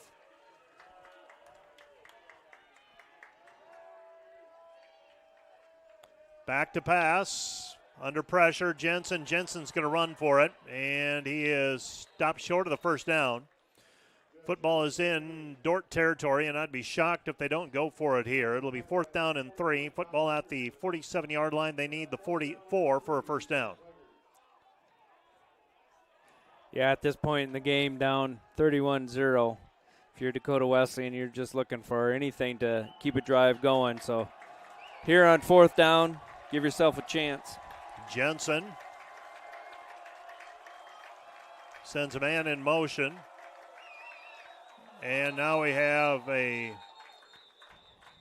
timeout on the field. Dakota Wesleyan calls for a timeout. This timeout brought to you by Casey's Bakery. Find your favorite bakery products at caseysbakery.com. Back with more from Open Space Park in a minute.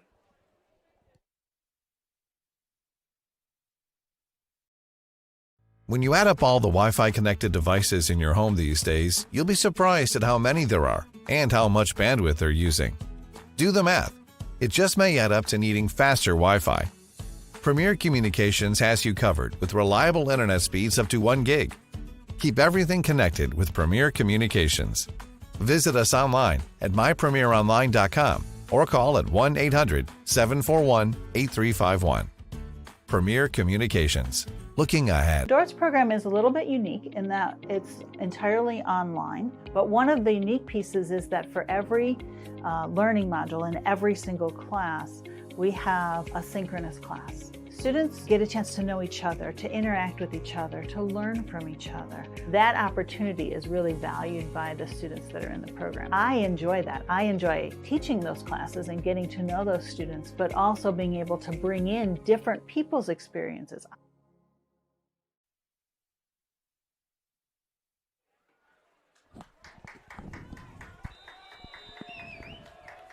Fourth down and 3, Dakota Wesleyan.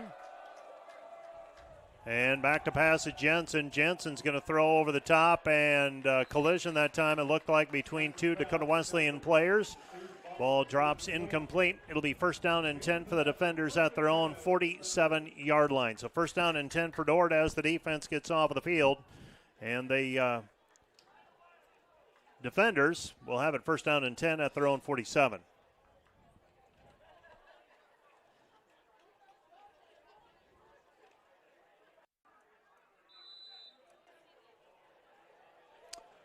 First down and 10. Strickfaden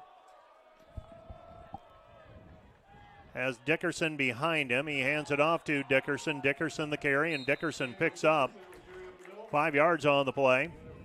And it'll be, I'll make it 4 yards on the play. It'll be second down and 6. So 2nd and 6 for the defenders. And they are close to, well, they are in Dakota Wesleyan territory, and we have a player shaken up on the play. I believe that's Luke Gintz, the right guard for the defenders, a senior. So Gintz shaken up on the play. Yeah, I think he got rolled up on, and you see this happen with offensive linemen occasionally. They're in front of the ball carrier, and kind of the whole pile kind of landed on the ankle, lower leg. You hope it's nothing too serious.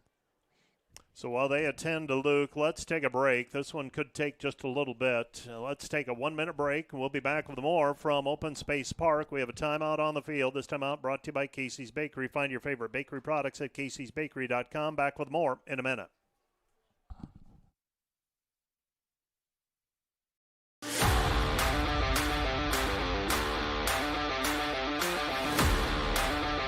To Piper. Piper up the middle. Piper still on his feet. Touchdown defender.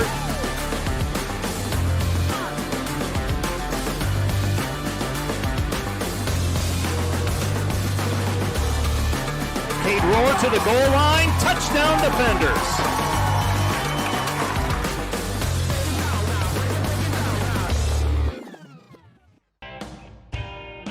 NewTek is your partner for success when purchasing equipment for construction, manufacturing, agriculture, and other industries. Don't miss the opportunity to transform your business and redefine your productivity standards with NewTek. Today's broadcast brought to you by Snyder Insurance and Financial Group of Sioux Center, offering life, health, Medicare supplements, annuities, and more. Trusted service and exceptional products with you in mind since 1973.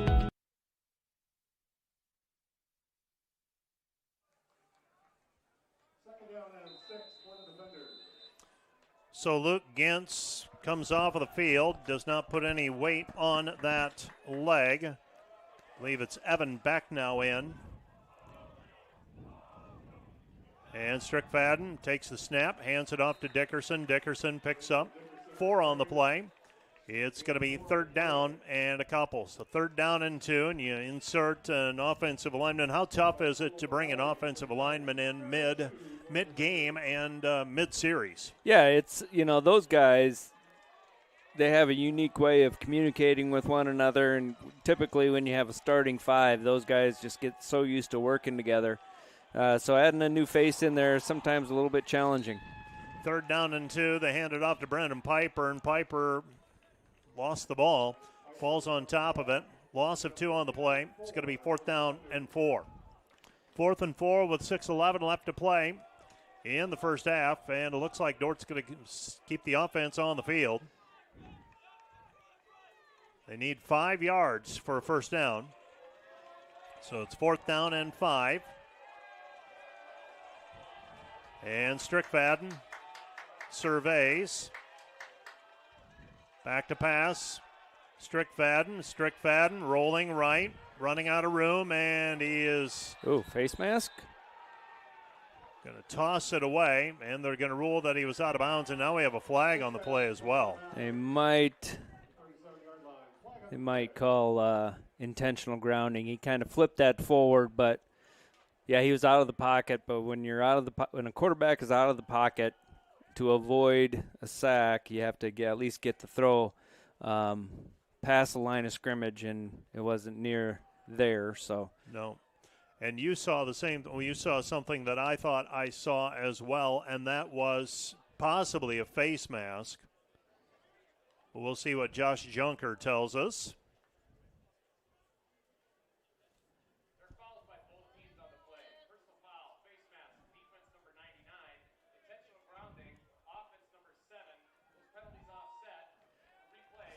So replay the down, and probably about as good an outcome as you could have for the defenders. Yeah, it looked like I thought they were going to miss the face mask and just go with the intentional grounding, and yeah, in that case, they would have been starting that drive at about the 30. Right. 4th down. Exactly. Yeah, 4th down and 5. Dort's going to go for it again. They need the 43-yard line for a first down. Back to pass to Strickfaden. A little bit of pressure. They pass it off, and the pass is complete to Williams, and Rhett Williams falls forward to the 41-yard line. And Williams gets free. Somehow he got lost in the defense and gets enough for a first down, and Dort's offense stays on the field with 5:20 left to play here in the first half. Yeah, and a good job by Williams of shedding that initial contact. I think he was short of the sticks when he caught the ball, but breaking a tackle and getting enough to pick up the first down was big play. First down and 10 at the 41-yard line. Strickfaden, and Strickfaden rolling left, and that's a designed run. Picks up nearly 10 yards on the play. Dakota Wesleyan trying to strip the football on the way down, and now it's second down. Pardon me, they give them first down yardage, so first down and 10.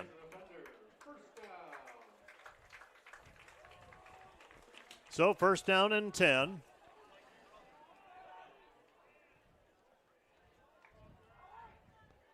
First down and 10 at the 31-yard line. So first down and 10, and the defenders, Strickfaden back to pass. Strickfaden's going to air it out far side, and pass falls incomplete, intended for Elliott Beal. And Beal will check himself out of the football game. That will send Isaac Looker into the game. So second down and 10 for the defenders at the 31-yard line. You once told me the only time you're going to be healthy is at the beginning of the season. Yeah, everybody gets a little bit dinged up throughout, and so, when you have a game in hand and you want to get some other guys on the field, it's important to improve your depth, but also keep those that starting lineup healthy.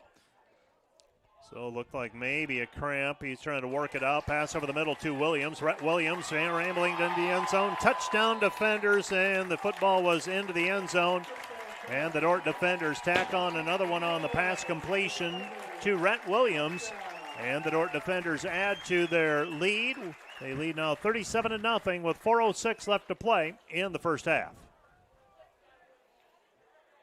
Well, Williams has had a nice first half. We'll be running down the numbers at halftime as well. That's a 31-yard touchdown pass and catch from Strickfaden to Williams. And the defenders now with 245 yards passing in the first half. Snap is down, kick is up, and the kick is through the uprights. And the defenders lead it. No one went through. It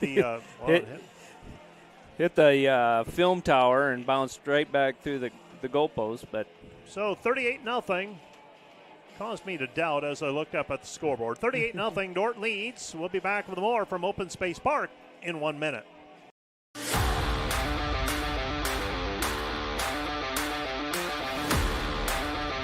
To Piper. Piper up the middle. Piper still on his feet. Touchdown defender.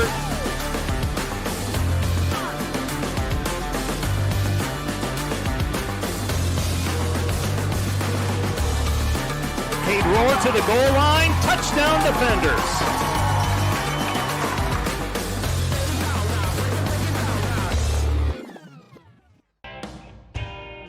NewTek is your partner for success when purchasing equipment for construction, manufacturing, agriculture, and other industries. Don't miss the opportunity to transform your business and redefine your productivity standards with NewTek. Today's broadcast brought to you by Snyder Insurance and Financial Group of Sioux Center, offering life, health, Medicare supplements, annuities, and more. Trusted service and exceptional products with you in mind since 1973.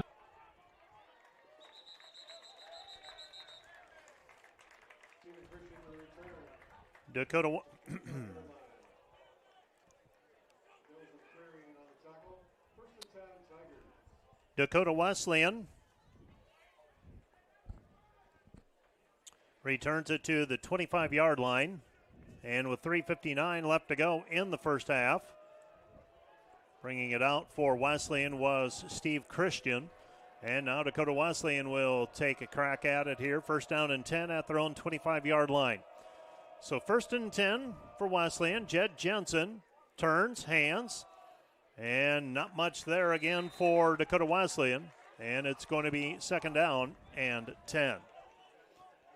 So what are you trying to do here in the last couple of minutes if you're in Dakota Wesleyan's position? Are you taking some shots down the field? I mean, what are you thinking? Yeah, it's the game's out of hand, but you just want to find something that you can build on. And I know that's why they're kind of sticking a little bit with the run game, trying to get something going on either through the air or running the ball. Pass it over to Christian, and Christian is stopped. It's a loss of 3 on the play. Traven Hound on the tackle. They're going to be generous, giving forward progress. Loss of 1 on the play. It's going to be 3rd down and 11. And for our online listeners, I think we got it. We got it? All right. We got it. All right. I'm only trying to run 30 things here through these boxes. So sometimes the broadcast engineer doesn't get things set up correctly. Well, who is that? I can safely say that because, well, he's sitting in this room right with you. 3rd down and 11. As I said, I'm not in midseason form, not by a long shot. Joe Johnson providing pressure, and Jed Jensen has to try to run for it, and not much there. And Joe Johnson, that pressure off the edge, and biggest thing there, he just sends Jensen towards some Dort teammates, and they're able to finish him off. Loss on the play. It's going to be 4th down, and Dort will have a couple of minutes to work with here at the end of the first half. Yeah, you look at this Dakota Wesleyan offensive line, and they got a couple starters on the left side that are both freshmen. Yeah, and they're young. Sophomore at center, sophomore at the other guard.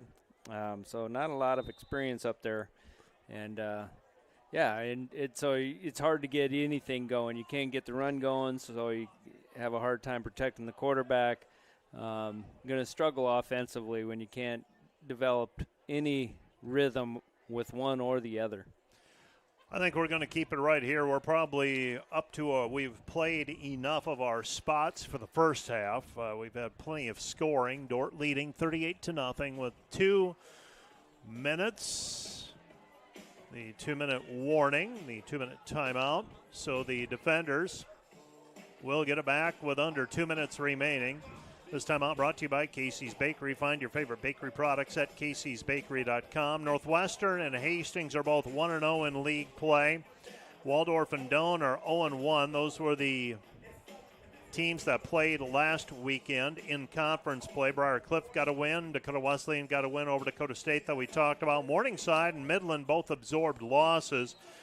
Morningside gave up a touchdown late to a very good Benedictine team, and Benedictine out of the frying pan into the fire. They're playing Grandview today. Yeah. Congratulations. Yeah, Coach Osborne's got to be talking to his AD about scheduling or something. That's a pretty tough start for the year. Well, you come out 2-0, you're for real. Be watching with interest that score in terms of the national scoreboard. And the punt by Holden, and that one with plenty of hang time, but Dort's going to field it, and Keenan Velverty in the midst of the Dakota Wesleyan coverage team races up, makes the grab. Fair catch called for at the 43-yard line. That one bounces. It's either going to go 30 yards north or 30 yards south. That looked like the type that may have gone back towards the punter. It's never a good thing if the punter has to I've seen it done before where the punter's downing his own punt, but not a good sign. I did not realize the wind was as strong as it is, but looking at the flags that are over on the visitor side, pass over to Beal. Beal keeps his footing. Beal dodges a tackler, works his way forward to the 30-yard line, picks up 13 on the play for Elliott Beal. It'll be a first down for the defenders at the 30. Good to see Elliott back on the field after coming up a little bit lame on that last series where Dort eventually scored with Rhett Williams. Yeah, good to see him back out there and making a play. First down and 10 for the defenders, 1:40 and counting, first quarter. Dort leading, 38-0. Pump fake by Strickfaden, under pressure, flush from the pocket, and he is not going to try to take on tacklers. He is of the mindset, I'm going to live to play another game, another play, and slides, kills, and sets up second down and 9 now. Yeah, you don't want your quarterbacks to take any unnecessary hits, and made a good decision to just tuck that and try to get some positive yards or not take a loss. He didn't have the receiver open that he was looking for, and so you slide, not take a hit, you're ready for the next play. Strickfadden's pass is incomplete on the near side. Would have been close to first down yardage, just a little bit short. Skipped off of the turf. It's going to be third down and 7. 1:18 if I can make out the clock in the bright sunlight. 13 seconds on the play clock. Dort leading 38-0. Mix of sun and clouds this afternoon, wreaking havoc with our photographers. They don't like these kind of days. Pass complete to Bolden. Tough catch, and reels it in for a first down. First down yardage for Elliott Beal. And the Dort defenders, first down and 10 at the 20. As the clock winds down now to nearly a minute remaining. Strickfadden trying to engineer one more scoring drive here. Got Dickerson in the backfield, and you've got timeouts remaining. Fake the handoff to Dickerson, scrambling is Strickfadden. Strickfadden keeps his feet. He's to the 10, inside the 10, and picks up a first down. First down and 10 for the defenders now at the 5-yard line, and I take back that he's content to just slide. That time he felt like he had some room to run, and gets inside the 10 down to the 5-yard line. Dort on the doorstep, leading 38-0 with 42 seconds remaining in the half. So Noah Strickfadden trying to engineer another scoring drive. Turns, hands it off, Dickerson. Dickerson right in the back of Joel Akers, it appeared. Close to the goal line, stops short of the goal line. It'll be second down and goal to go at the 1.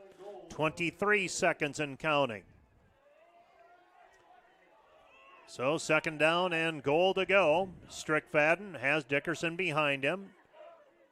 Jump pass into the end zone. Touchdown, Ethan Snyder. So after the fake, that jump pass by Strickfadden just tossed it over the middle, and it's not pretty but effective, and Ethan Snyder on the back end of it for the touchdown completion. Yeah, it doesn't have to be pretty. It was effective, circa Tim Tebow there, right? Yep. A little fake the inside zone, dump it over top to your tight end. Nobody even close. Yeah, that situation, you just want to get it there. You just get it there. Yeah, make it easy for him to catch it. So Stephens on to hold. Scoops it up nicely out of the turf. That one splits the uprights. And the Dort defenders lead it now 45-0 with 11 seconds left to go in the first half. It's been all Dort so far. Dort kicking off. When we pick up play in 1 minute, you're listening to Dort Football on KIHK and the Dort Media Network. Back with more in a minute. How can I join Defender Forever? It's easy. Go to dort.edu/forever and sign up. You'll not only stay connected with the Dort community, but also support the future of Defender Nation. Start Forever now. Once you sign up, you will receive exclusive perks, brand new gear, event access, and the latest Dort news. Be part of something special. Be part of Defender Forever. Hey Defender Nation, my name is Darren Kaiser and I'm excited to serve as the new athletic director at Dort University. Thank you for tuning in to the Dort Media Network and supporting Defender Athletics. As an athletic department, we are committed to the Defender way. This means we are committed to the Great Commission, developing servant leaders, the academic development of our student athletes, and the pursuit of championships. I'm eager to join with you in supporting our athletes this year. Thank you for watching Defender Athletics on the Dort Media Network. Go Defenders!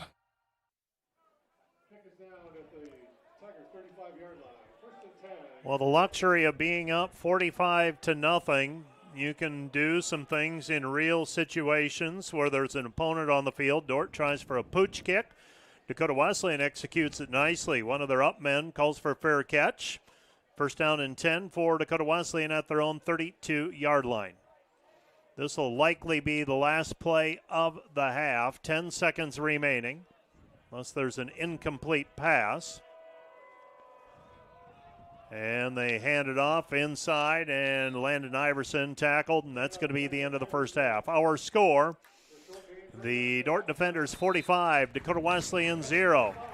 Let's take Let's take a 2-minute break, and we'll be back with our interview with senior Joel Akers right after this 2-minute timeout.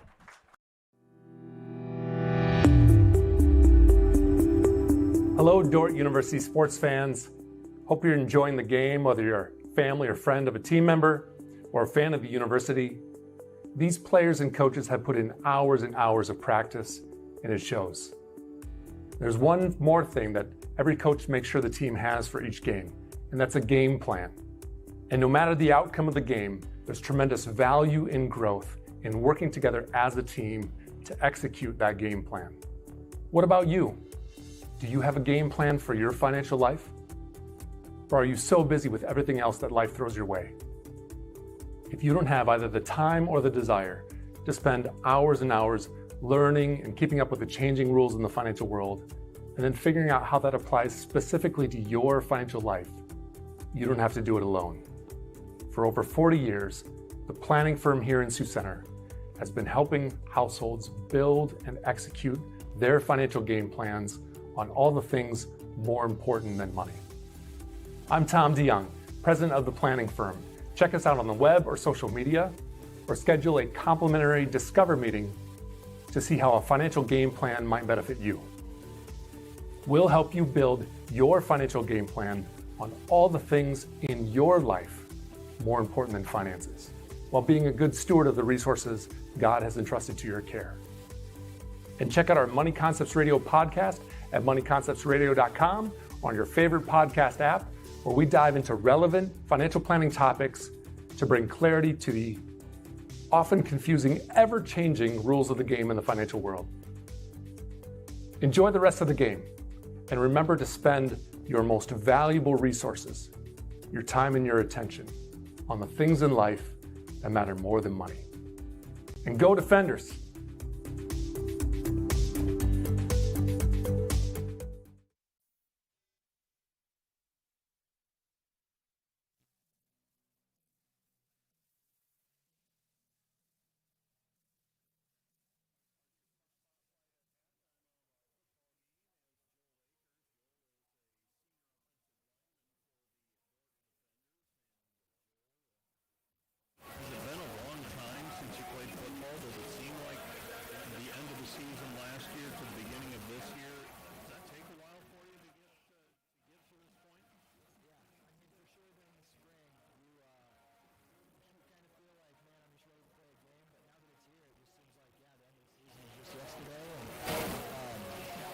Guys, we're just really excited, and I'm excited just to get back to competition this weekend. So, Tell me about how you arrived at Dort. What was your path to finding Dort University in Sioux Center, Iowa?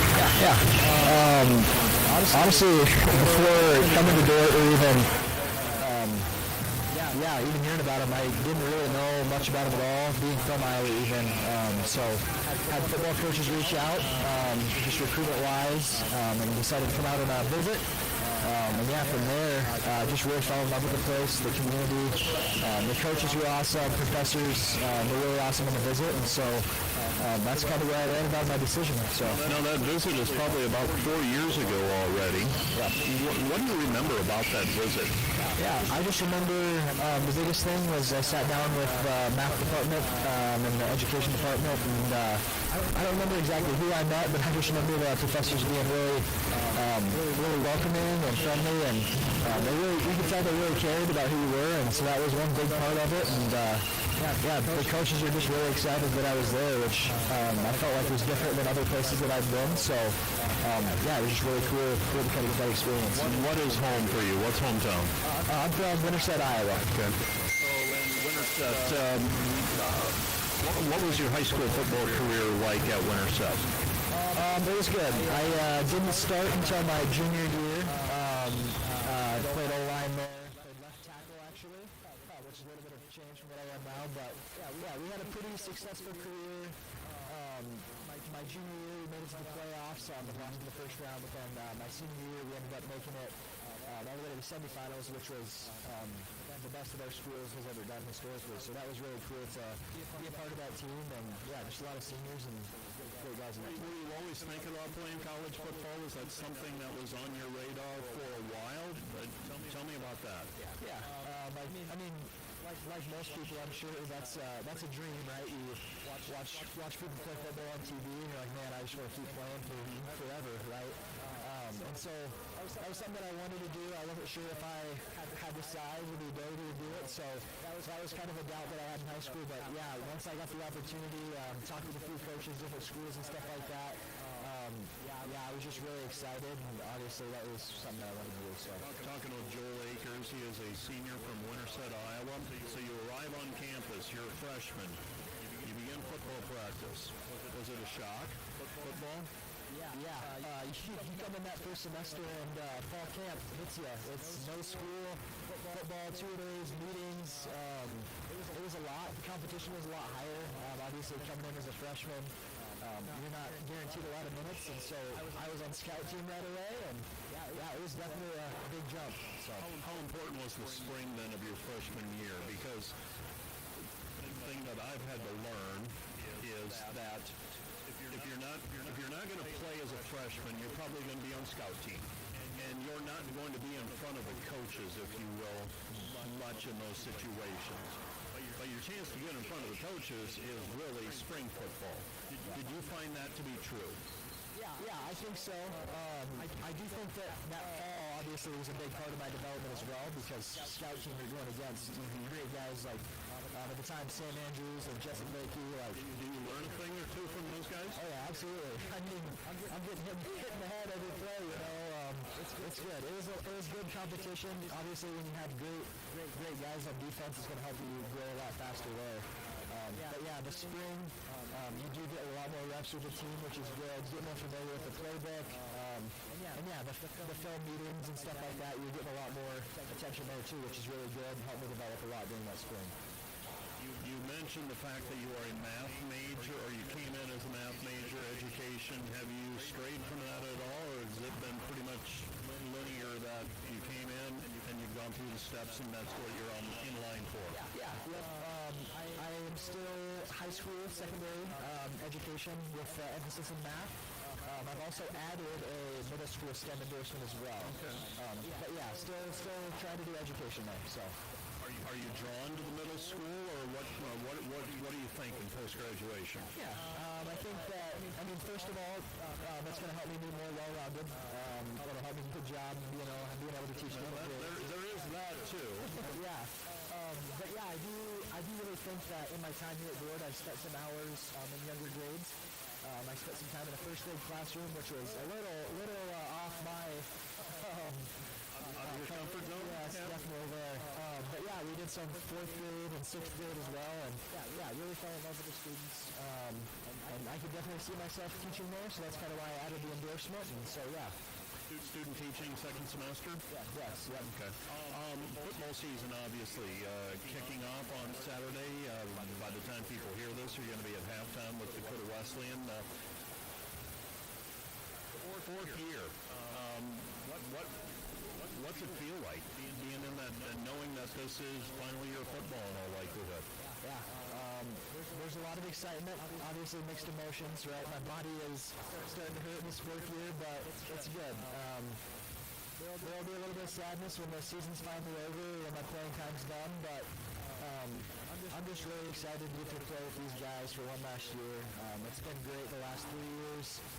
Learned from a lot of guys, grown close to a lot of these fellow seniors, and just really, really excited. I am curious, and this is a question that I ask people, how are you different now than you were 4 years ago when you arrived? When you took that visit, how have the last 4 years shaped you and changed you?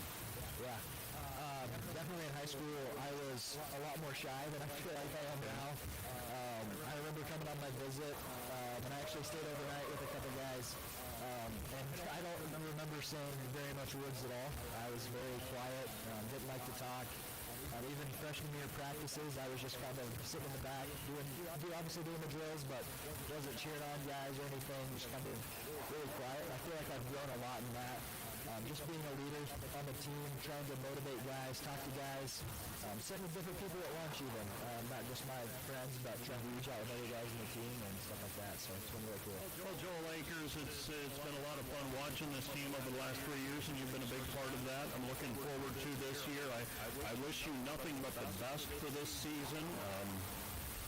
I'll leave it at that, and we'll go beyond that, and hope you have a great student teaching experience in the second semester, and that there's a job waiting for you at some point, wherever that may be. So I wish nothing but the best for you moving forward. Thanks for taking a few minutes. Thank you.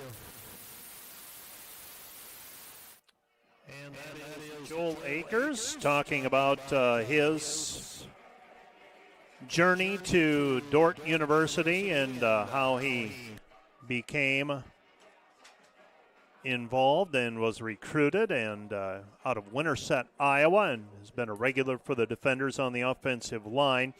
Coach, and we are going to take a look at the numbers in just a little bit. The Dort Defenders with a big lead, 45-0. And the Defenders pretty much having their way so far. And let's go ahead and take a look at the numbers. Kyle, I know there are some things to clean up in terms of they're not completely accurate because of double numbers, but those raw numbers are going to be pretty much dead on. What do you see when you take a look at the numbers? Well, a lot of efficiency from your quarterback, going 11 of 17 for well over 300 yards, 322 yards. Main target so far has been Elliott Beal, 4 catches, 162 yards.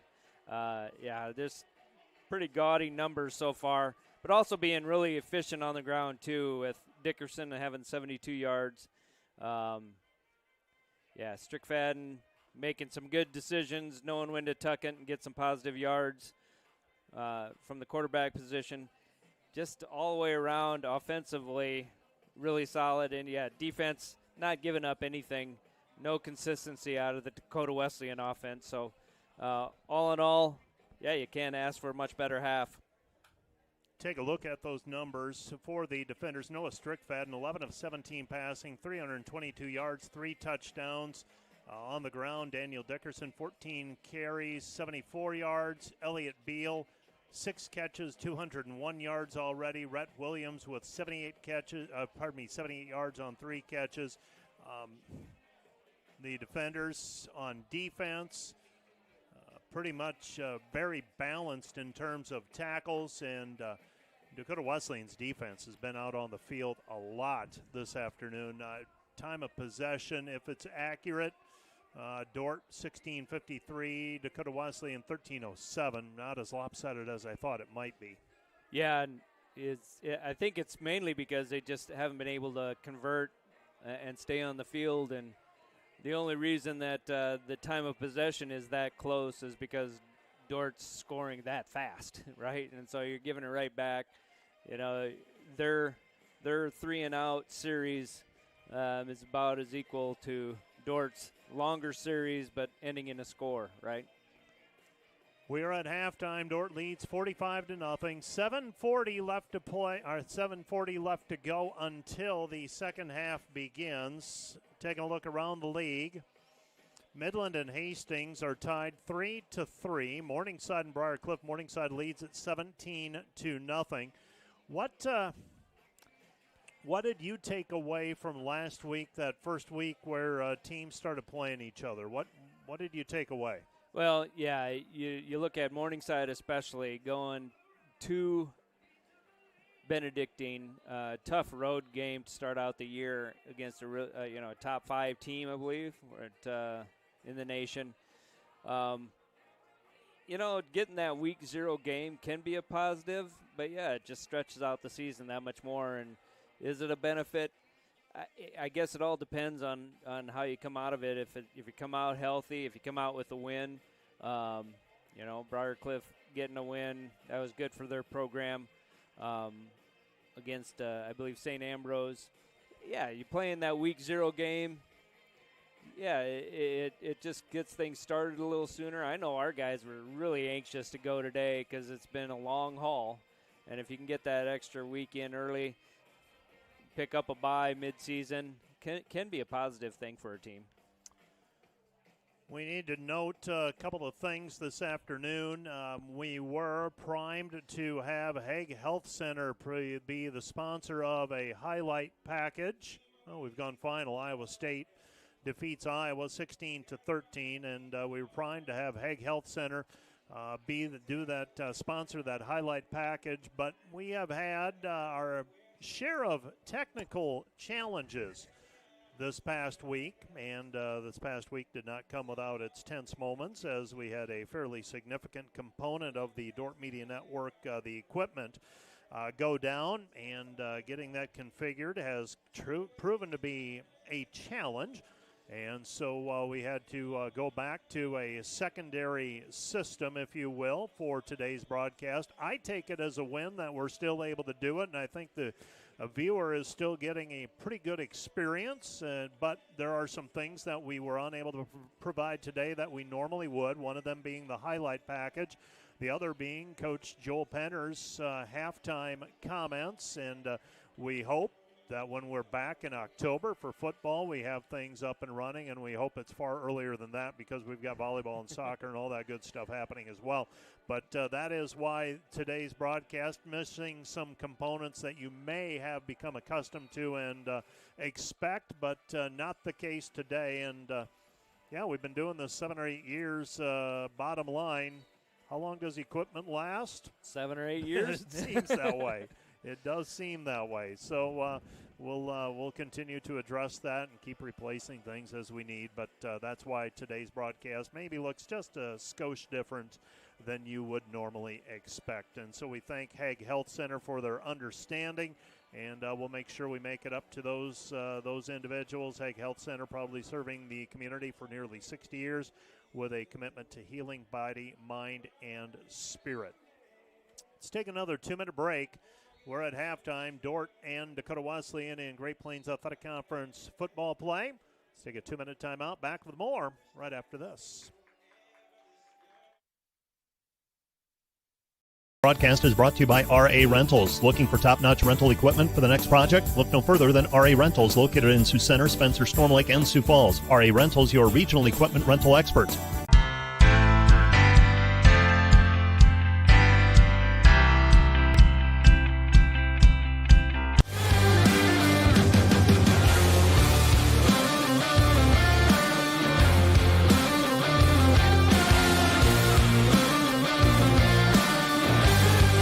Today's broadcast brought to you by Eric Rankin, a proud sponsor of Dordt University Defender Athletics. For all your investment needs, call 712-722-0618 or visit edwardjones.com. Edward Jones, SPIC.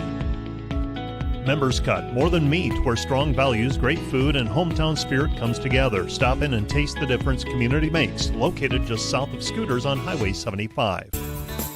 This is a Dort Media Network student-produced live stream broadcast.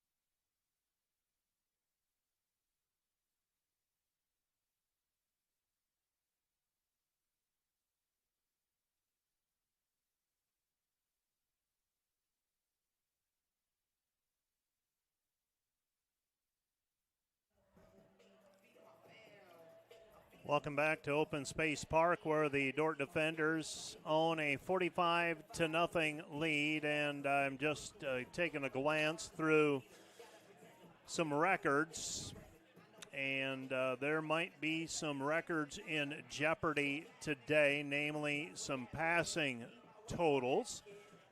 Taking a look at the most yards passing by the team was over 400 yards.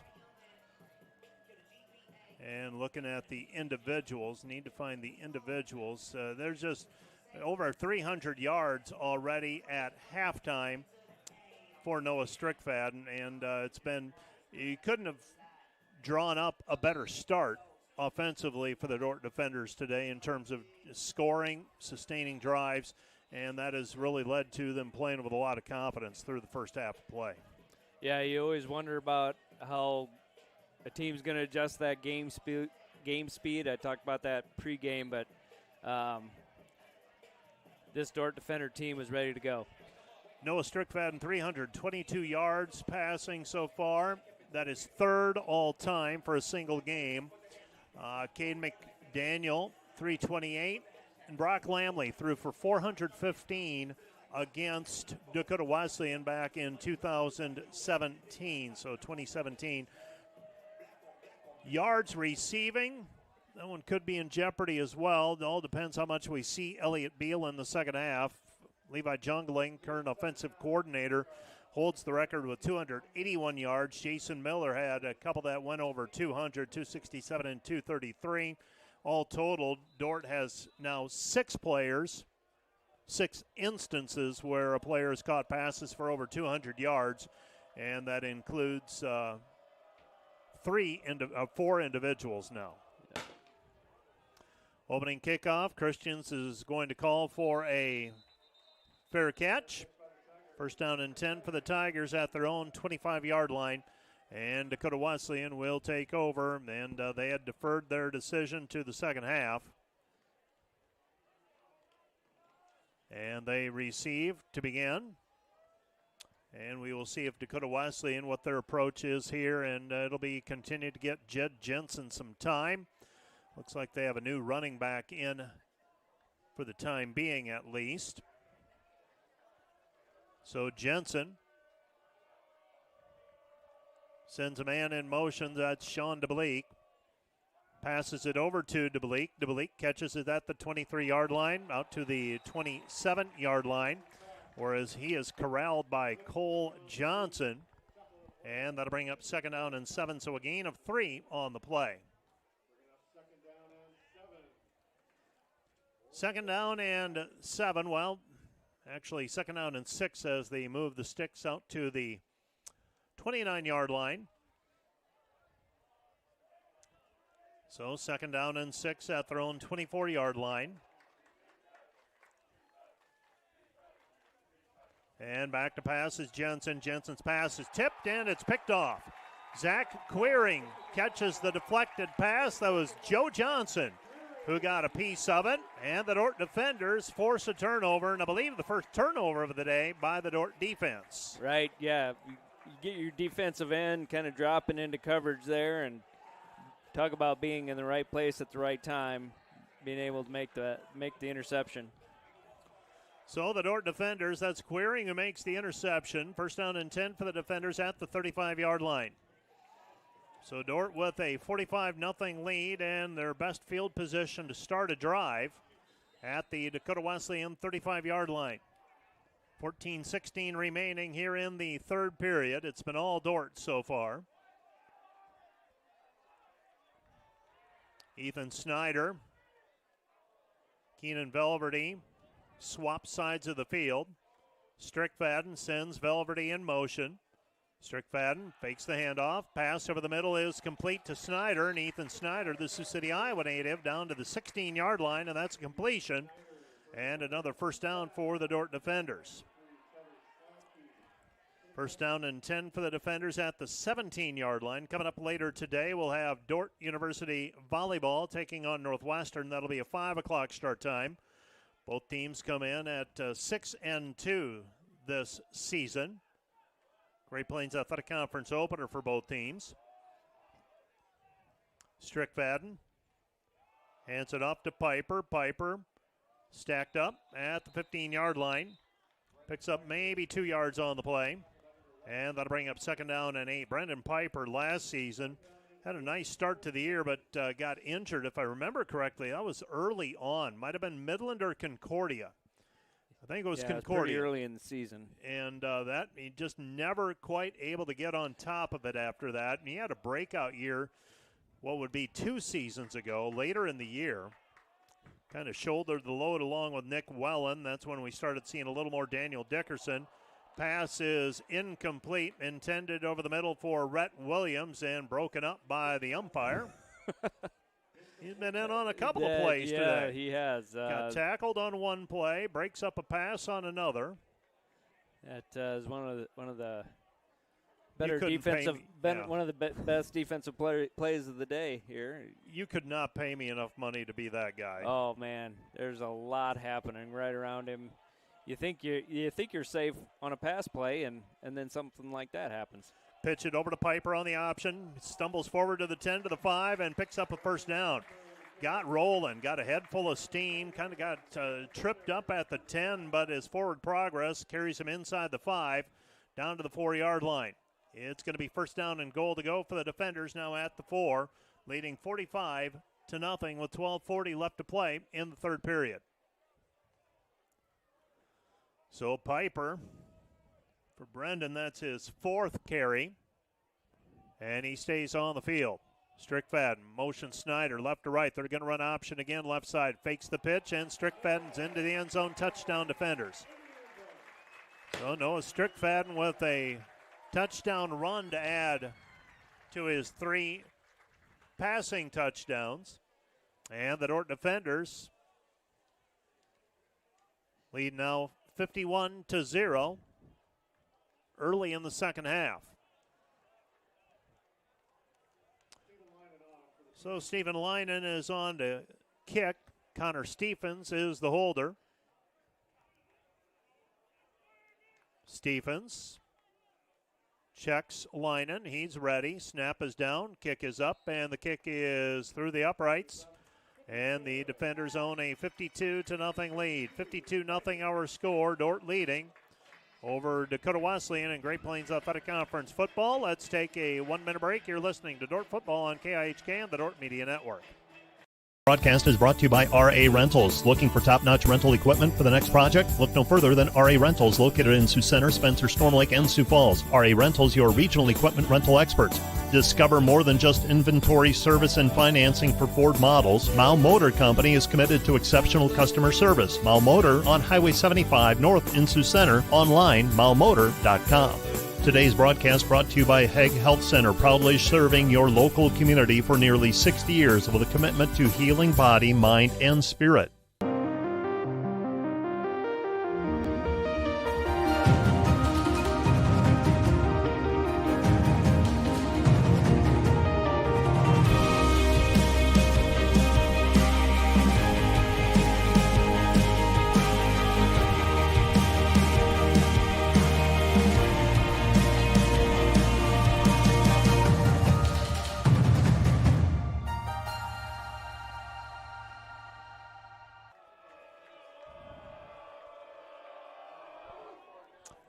The Dort defenders leading 52-0. And for Dakota Wesleyan, fair catch called for. This will be a touchback. Dakota Wesleyan will take it first down and 10 at their own 25-yard line. So for the defenders, first drive of the second half, they go 35 yards. And finish it off with a run by Noah Strickfadden. Dort has now run for 145 yards and passed for 340 so far. Jed Jensen gets the snap. Hands it off, and the Wesleyan Tigers carry by Kaiser. And it's going to bring up second down and 8. Tackle by Isaac Kekmarinsky. And the Dort defenders have facing second down and 8 is Dakota Wesleyan. So the Dort defense trying to keep that shutout intact. They've given up a total of 58 yards of offense today. 43 on the ground, 15 in the air. Jensen. Back to pass, looking left. Pass is complete and wrapped up immediately as Max Robb. So Robb stopped after about a 4-yard pickup on the play. It's going to be 3rd down and 3. I believe that was Queering in on the stop for the defenders. Will Henderson playing that middle linebacker spot. Colson Queering over on the other side. 3rd down and 3. Jensen facing 3rd and 3, trying to keep the drive alive for Dakota Wesleyan. Back to pass, and he floats it out. Incomplete, had some pressure. Pressure applied by Joe Johnson, and it'll be 4th down. So pressure applied by Johnson, 4th down and 3. Clock stops on the incomplete pass, 10:58 left to play. Here in the 3rd period, Jensen now 7 of 17 passing. Yeah, he had an open receiver on that last play. It's just didn't have time to get the ball off to him.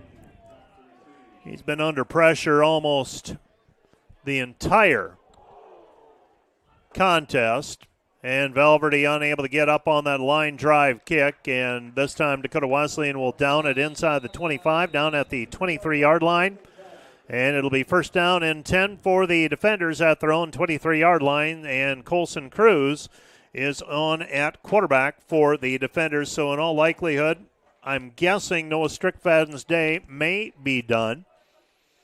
So Colson Cruz, starter for the defenders last season, and that's quite a luxury to have your starter as your backup. And if I've learned much over the last couple of years, Colson Cruz takes the snap, hands it off, and struggling forward. Was that Valverde? So Valverde picks up a couple of yards on the play. You, in all likelihood, need a couple of quarterbacks. One is not going to play the entire season in all likelihood. Yeah, it's tough to keep those guys healthy, especially when you're playing quality competition. And it can take just a little ding here or there, and you need to set them down or let them rest for a game. So having the luxury of Colson here, that experience, solid player. Dort looks like has a pretty deep quarterback room right now. Colson Cruz hands it off to Brendan Piper. Piper picks up a couple of yards on the play out to the 29-yard line. It's going to be 3rd down and 4. 3rd down and 5. The defenders at their own 29. They get the 34. It's a 1st down. They look to the sideline. Rhett Williams, Brendan Piper, Keenan Valverde. Cullen Friesen is the right tackle. Lining up right next to him is Williams. Fake the handoff. Cruz over the middle, intended for Williams. Let him just a little bit too far, and it's going to be 4th down. So 4th down and 5, and the defenders will be forced to punt, and we'll see Ivan Orozco again for Dakota Wesleyan. Landon Rusink is on to return. He'll station himself at about the 32-yard line. So 4th down and 5. Orozco will line up at the 15 line of scrimmages, the 29. And Orozco spirals it. Taken by Rusink at the 24. And sidesteps a tackler and brings it out to the 33-yard line. And that is where the Tigers will take over 1st down and 10 at their own 33. How tough is it as a coach to – I mean, the quarterback is such a critical position. How challenging can that be to have a full-blown competition and have to make a decision at the end of it all? Well, I can honestly say it's not fun. I mean, it's fun in that you have two quality guys just battling it out and trying to earn that spot. But, yeah, in the end, you know somebody's going to be disappointed. But, yeah, the great situation here is you got two guys that really care a lot about each other, and they're their biggest fans between Noah and Colson. Those guys root for each other, and ultimately they want what's best for Dort University. But, yeah, it's never a fun thing to do. It's life's a lot easier when it's pretty clear cut, you know. Gain of 2 on the play for Landon Iverson. 2nd out and 8 for Dakota Wesleyan. So the Tigers taking their time now. Might be trying to bleed the clock just a little bit. Get out. See if they can sustain something here. Jensen under pressure. Flushed from the pocket. Sidesteps a tackler. Still on his feet. Traven Hound comes up to make a tackle. And Jensen packs a little bit of a punch at the end of that rush. Picks up 25 yards on the play. It's going to be 1st down and 10 at the midfield stripe. Yeah, he might have a little frustration he was trying to let out at the end of that play, and was able to pick up the 1st down and keep a drive going here for Dakota Wesleyan. Got flushed from the pocket, and everybody was out on coverage, and he had a fair amount of room to run. So Jensen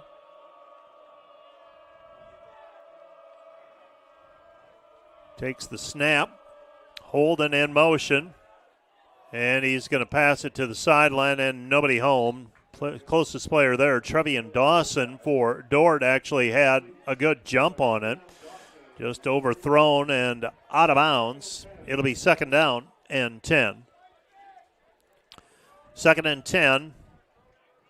Football still at midfield. Dakota Wesleyan, I would imagine, in 4-down territory, trailing 52-0. With 7:42 left to play in the 3rd period.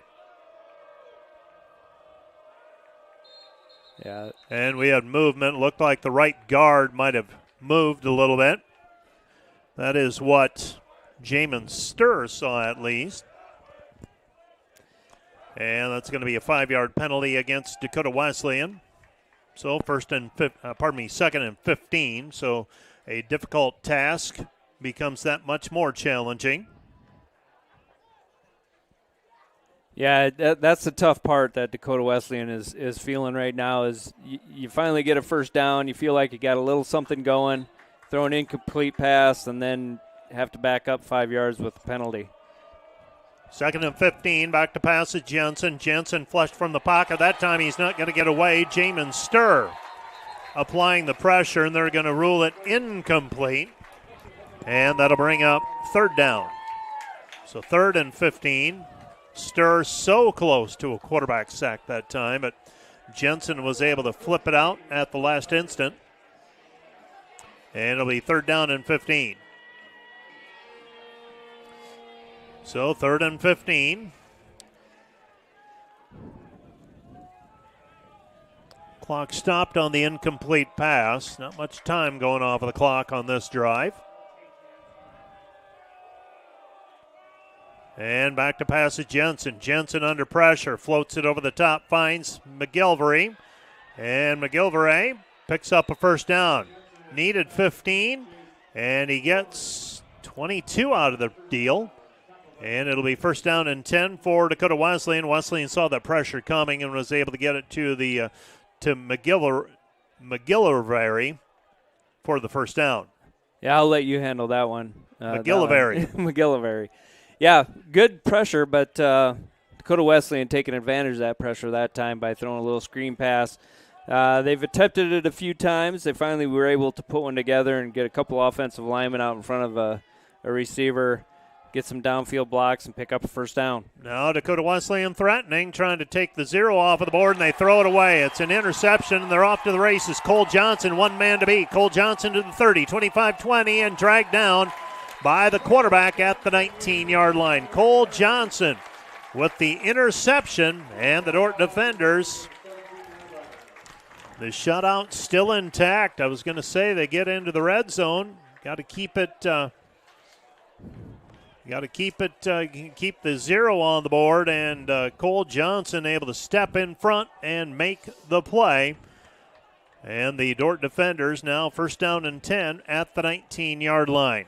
Yeah, that's something every defense takes pride in, right? Whether it's the second or third string guys that end up on the field towards the end of the ball game, you want to maintain that shutout. Number one goal for every defense. The flip outside to Fritz. Fritz on the carry down to the 15-yard line, so a gain of 3 on the play.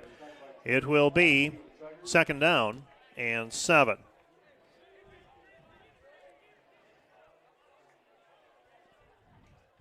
So second down and 7.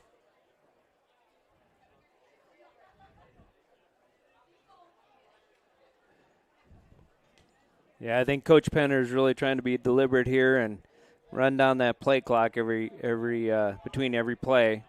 Try to shorten this ball game.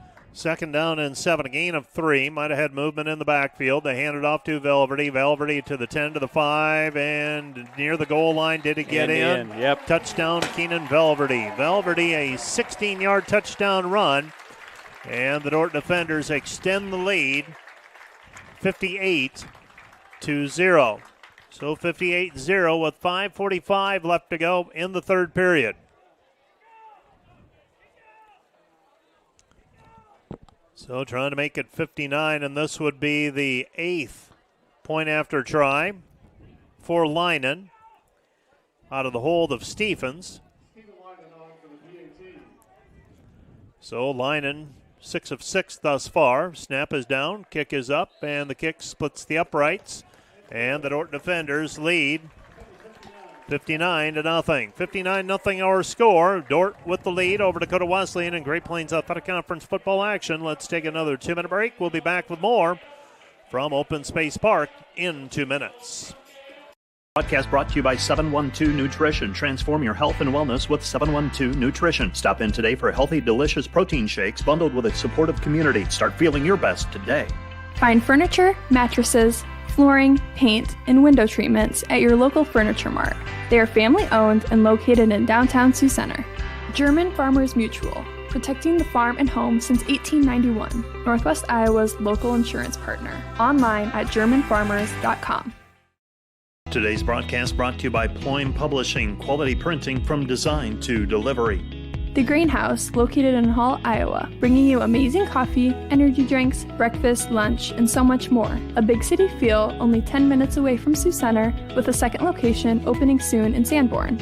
Today's broadcast brought to you by Huber's Plumbing, Heating, and Air Conditioning of Orange City. Whether you're looking for repairs, replacement, or maintenance for your air conditioning or heating system, Huber's Plumbing, Heating, and Air Conditioning of Orange City will exceed your expectation. Stephen Lynan kicks off, and Christian will take it at the goal line. He's out to the 5, to the 10, to the 15, to the 20, to the 25, and he's dragged down at the 25-yard line. And we were talking off mic at the break, Kyle, for Jed Jensen. I think we're going to get to the end of the day, and we're really not going to know what he's capable of. Exactly. Yeah, he's I think he has some skills. He's shown it in flashes when he's had the ability to, when he's had a little room to run. He's done some good things. I think he throws a decent ball. He just has not had an opportunity to set his feet and deliver a ball downfield. And he had a couple of receivers had some drops in the first half as well. Handoff to Darrow. Darrow's second effort out to the 30-yard line, so a gain of 5 on the play. It'll be second down and 5. So second and 5 for the defenders. After this week, they head to Crete, Nebraska next week to take on the Doane Tigers, and then a bye date. And then it's Northwestern on the road, and finally come back home the following week. So 4 weeks from today back at home, and that's against Briar Cliff. Second down and 5. Handoff. Darrow again, and Darrow slides forward. They say he had enough for a first down, and Dakota Wesleyan able to extend the drive, picking up the first down. For the defenders so far in this one, 340 yards passing. Rushing, they have rushed for 170. So that's 510 yards of total offense for Dort up to this point with 4:32 left to play in the third period. And right now, both teams getting very deliberate. They both, it appeared, well, they want to get some things done yet, but very content to run a limited number of plays. We've got a flag thrown. Pass falls incomplete, intended in the flat for Robb. And that'll stop on the incomplete pass, stops the clock as well. Yeah, a flag came from the line judge, so I'm not sure if that was offensive lineman downfield or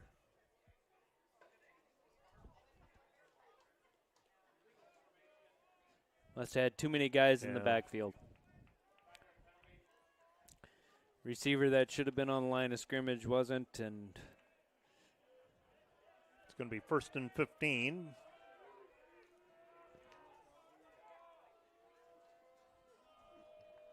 Sean DeBleek checks out for Dakota Wesleyan. Steve Christian is to the near side. Wesleyan so far 8 of 21 passing. Jensen hands it off, and he picks up 3 yards on the play. It's going to be 2nd down and long. We've got a player shaken up for Dakota Wesleyan as well, one of their offensive linemen.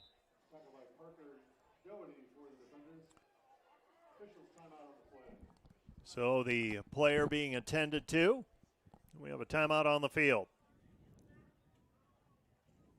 This timeout brought to you by Casey's Bakery. Find your favorite bakery products at caseysbakery.com. We'll keep it right here as Calvin Wright pops up, none the worse for wear. He'll walk off of the field under his own power. And Dakota Wesleyan will be facing 2nd down and 11 when we resume play. So a gain of 4 on the play. And we're starting to see some new faces for the defenders on defense. I mentioned earlier you've got Trevian Dawson here on the near side at a corner. Cole Johnson, who had the interception earlier, the second of Dort's 2 interceptions. 2nd down and 11. Dort a defensive shift. Pass out in the flat, complete to DeBleek, and DeBleek ushered out of bounds at the 40-yard line. That'll set up a manageable 3rd down and 5, and that really, after getting behind the sticks, is all you're hoping for as an offensive unit, is to be in a position for something manageable on 3rd down. Yeah, exactly, Mike. You want to at least give your offense a chance where, yeah, the playbook's wide open from here. 3rd and 5 play calling is a lot easier than a 3rd and 10 or 3rd and 12, 15, which they've been in a number of times today. So, yeah, they have some options offensively. R.B. Tweed is the defensive end on the far side. Jensen flush from the pocket, and he's going to slide short of the 1st down. Gave himself up at the 42 or 43. So it's going to be 4th down and 2 at their own 43-yard line for Dakota Wesleyan. With 2:50 remaining in the third period, and Dakota Wesleyan is going to send this punt team onto the field at their own 43-yard line. Well, you woke up this morning and it felt like it should be October already. This doesn't feel like season opener play. Yeah, usually first game of the year, you're worried more about the heat and trying to keep guys hydrated and healthy. And, yeah, it's a perfect day outside today. A little bit of wind, but overall, pretty nice day. A line drive kick taken by Velverty at the 24-yard line. Backpedals to the 25, now back to the 30, 35, 40, 45, 50. To the 45 and dragged down at the 40-yard line. So the defenders +3 in terms of yardage on that change of possession, as they original line of scrimmage was the 43, and Velverty got a seam and thought maybe for a moment he was going to go all the way. Brings it out to the 40-yard line, 1st down and 10 for the defenders at the Dakota Wesleyan 40. Yeah, that's one of the things I'm looking forward to most this season, is watching him return punts. He can create a lot of excitement. He's going to make that first guy miss most of the time. Colson Cruz running option, pitches it over to Preston McCoy. McCoy, he hasn't had much work returning kicks. He returned the first kick of the day and hasn't had the opportunity to return a kick since. Picks up 3 on the option pitch. And with 1:45 left to go in the third period, Dort leading 59-0. It's 45-0 at halftime. Defenders have punted twice.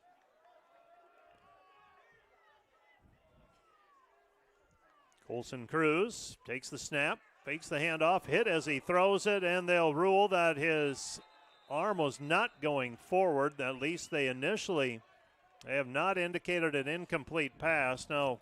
The referee threw his beanbag, which usually indicates a fumble, but it sure looked like his arm was coming forward. I think they missed that one, Mike. No, I don't know if that's reviewable either. I don't think so. I think it has to come down to timing and possession. So they're going to rule that a fumble. And Dakota Wesleyan will take over first down and 10 at their own 38-yard line. So the Tigers force a turnover. First turnover forced so far today with 1:21 left to play in the third period. Dort leading 59-0.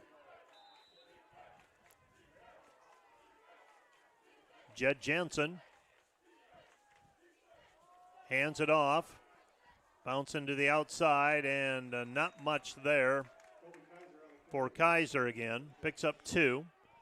It's going to be second down and 8. Second and 8.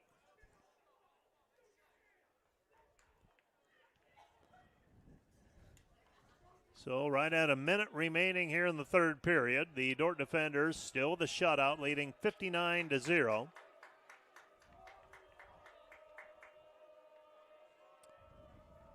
And back to pass. Pass is complete to Vaughn. Vaughn near the midfield stripe picks up a first down. Got to the 48 or 49-yard line. Needed the 48 for a first down.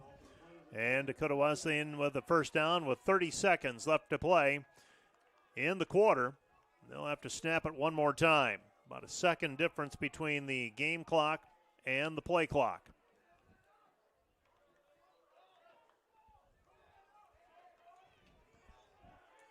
First down and 10 at their own 48-yard line for Dakota Wesleyan.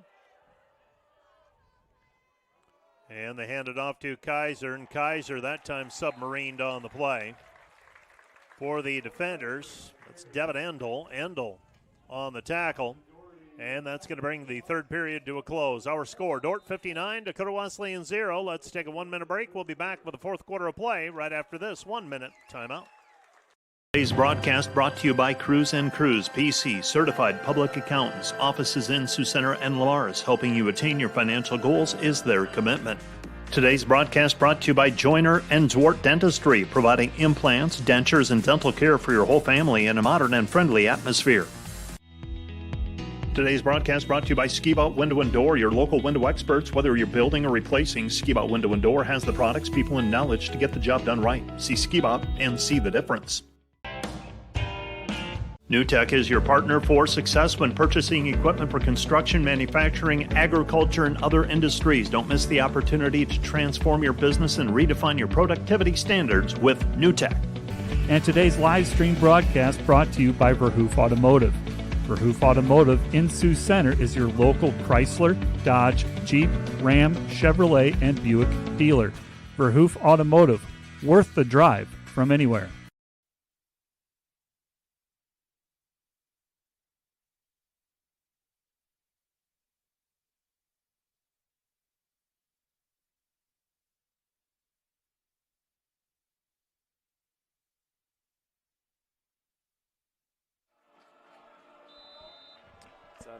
Okay. Second down and 12. The Dort defenders with the lead, and they hand it off to Kaiser. Kaiser the carry. Kaiser at the 45-yard line, and the Dort defenders tackle him for no gain, and it'll be third down and 12. Third and 12 for the defenders, for Wesleyan. at their own 46-yard line.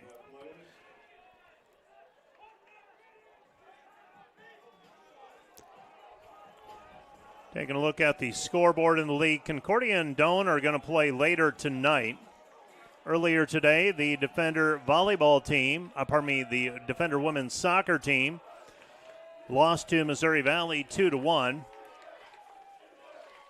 Hastings and Midland, last check, it was 3-3. Airing it out far side, and the pass is complete to Trevor Sladke. Sladke inside the 30, and he steps out of bounds.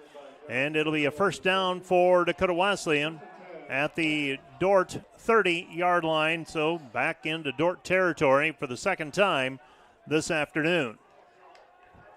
Midland and Hastings, by the way, Midland leads it now 17-9. Morningside leads Briar Cliff 45-17. So first down and 10 for the Tigers. See if Dort can keep the shutout intact. They hand it off.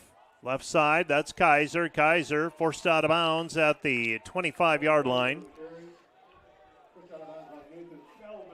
Yeah, Mike, on that long pass play, it was really the first time that Jensen could just set his feet and have a clean pocket to throw out of, and delivered that ball pretty well. Kind of in what we call the cover 2 hole there behind the corner and out towards the sideline. So second down and 5 for the Tigers at the Dort 25-yard line. Dort trying to keep the shutout intact. Jensen, pass is incomplete, and that's intended for Kilbride. And it'll be third down now and 5. The clock stops on the incomplete pass. So third down and 5.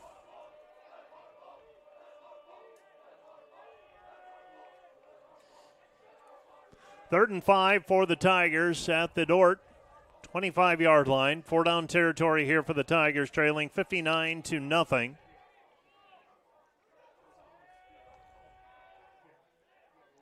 And back to pass. And the pass is complete over the middle and down inside the 15 to the 14-yard line. Pass is complete for Dakota Wesleyan. That's Cruz Vaughn. And so Dakota Wesleyan now threatening, trailing 59-0, threatening to score for the first time today. They've got it in Dort territory at the 15, easily their best field position, best scoring threat of the day thus far.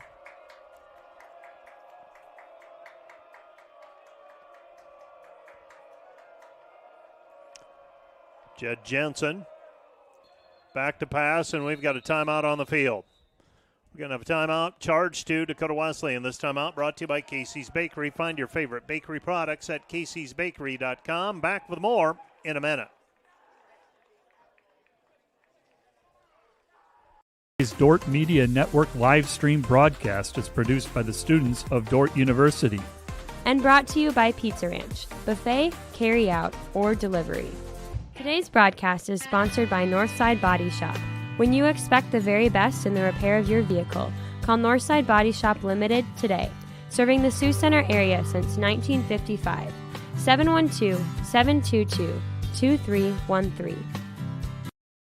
Hey Defender Nation, did you know that Dort Athletics has over 700 student athletes that make up less than 50% of the student body? We want to invite you to join the Defender Gold Club and support those student athletes, our staff, and coaches this season. Your charitable donation helps advance Defender Athletics and the Defender Way. Last year, we were just shy of 900 members in the Defender Gold Club. Help us reach that 1,000 member mark this year. By becoming a member, you will directly support the student athletes and coaches here at Dort University. Thanks for watching. Go Defenders.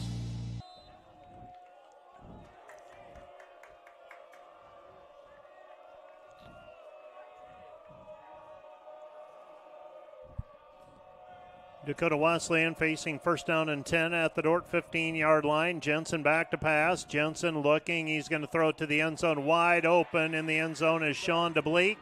And Dakota Wesleyan's on the board, trailing 59-6, and they'll line up for the point after as they get the 0 off of the board with 12:14 left to play in the ball game. So DeBleek got open. Defensive breakdown by Dort. DeBleek was wide open in the end zone. And Danny Karsrud is on to attempt the point after.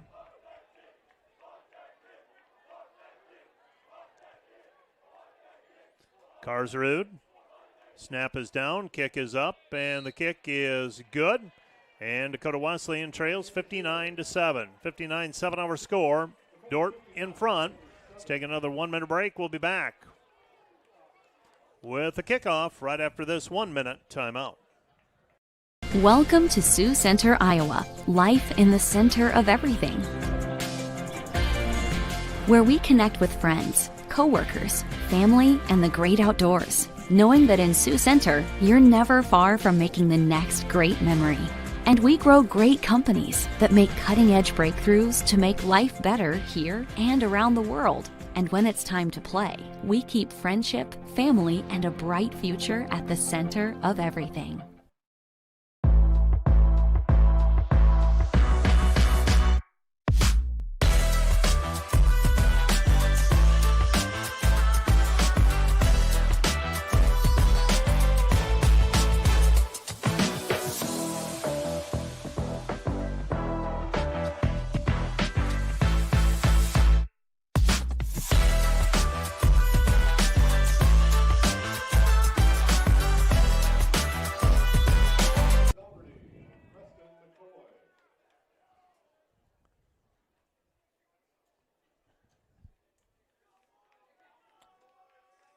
Dakota Wesleyan will be kicking off as the Dort defenders lead 59-7. Preston McCoy and Keenan Velverty back to return. Both of them able return men, and this one's going to go to Velverty. Velverty at the 15-yard line to the 20, to the 25 to the 30, 35-40. And he is spun down at the 43-yard line, and that is where Dort will take over. First down and 10.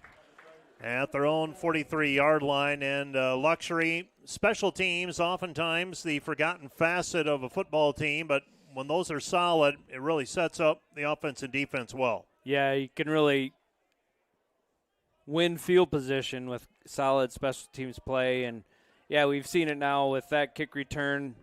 Dort starting out at the 41, and basically Dakota Wesleyan has started every drive at the 25-yard line. Let's see if Dort can get a drive, sustain something here, and they've gotten very conservative with their play calling. Obviously, up 59-7.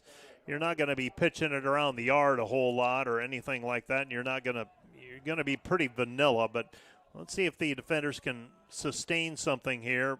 Second down and 9, a 1-yard pickup on the play for Preston McCoy. 11:40 left to go in the game. Cruz checks the sideline.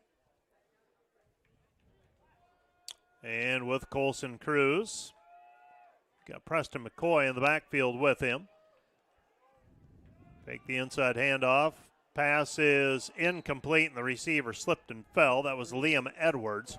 Edwards, the intended receiver, he slipped and fell at about the 42-yard line. And that's going to bring up third down and 9 to go for the defenders with about 11 minutes left to go. 11:21 left to go in the contest. Dort leading 59-7. Dort established the tone, set the tone early, and it was 45-0 at halftime. And since then, the defenders able to mix in a lot of different people here on this season opener. Pass towards the sideline, incomplete, intended for Edwards. Would have been enough for a first down, a little bit out of his reach. And that'll bring up fourth down, and the defenders will punt with Ivan Orozco on to punt with a line of scrimmage set at the 42. So fourth down, Orozco so far today has punted 2 times for a 40.5 yards per punt average. Orozco snags the high snap, and that one goes out of bounds at the 30-yard line. Yeah, you just want to get those off when when you have a little bit of a bad snap. But good job, nice one-handed catch back there to get the punt off. So first down and 10 for the Tigers at their own 30-yard line. Boy, a lot of the zip has gone out of this one. Well, it's so hard to maintain any level of intensity when you're blowing somebody out. And, the game was over pretty much before halftime in terms of the outcome. But you just want those new faces on the field to take this time to play well and show what they can do. Pass is complete to Steve Christian. Christian short of the first down by a yard. It's going to be second down and 1. And Matt Boss telling us what we were alluding to earlier in the half. 340 yards passing for Noah Strickfadden. That's second all-time to Brock Lamley from 8 years ago. And the 201 yards receiving for Elliott Beal is tied for 5th. Jason Miller did that against Doane back in 2016.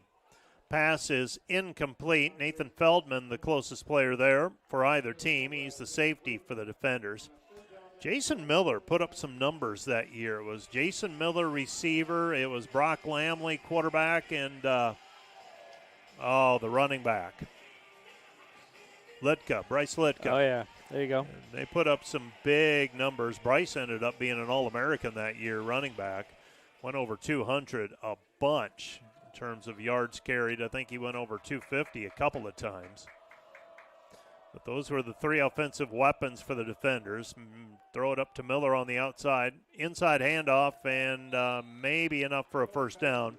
I think we have a new quarterback in as well for Dakota Wesleyan. That's Connor Drake.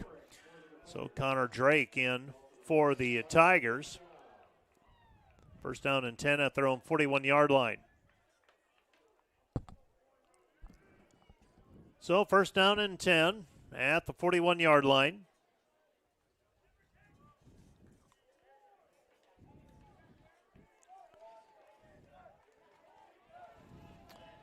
And Dakota Wesleyan. Drake directing traffic back there. Back to pass. And complete to Cole Holden. Just shy of the first down marker by less than a yard. It's going to be third down and short. I beg your pardon, second down and short. Football is at the midfield stripe. 49-yard line gives them a first down.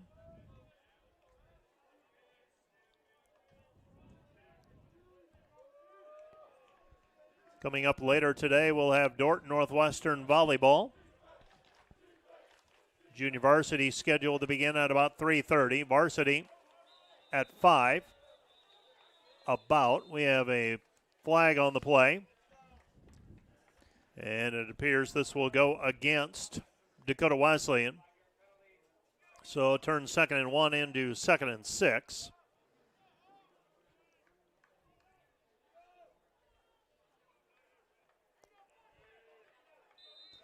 So 2nd and 6 on the way for Dakota Wesleyan.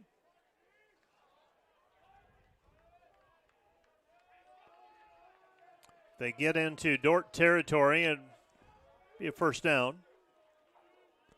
Drake up to the line of scrimmage. And Drake hands it off. And with the carry is Landon Iverson.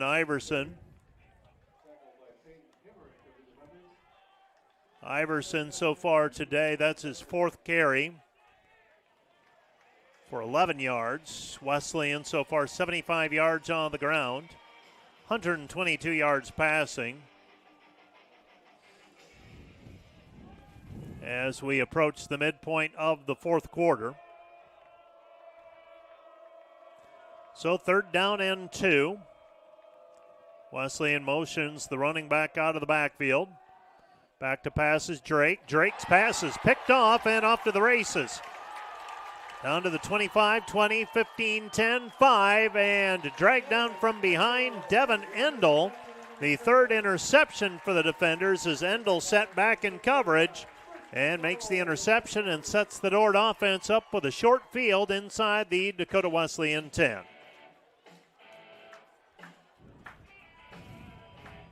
So Endel with the interception. And Dort now with it. First down and goal to go at the 6-yard line.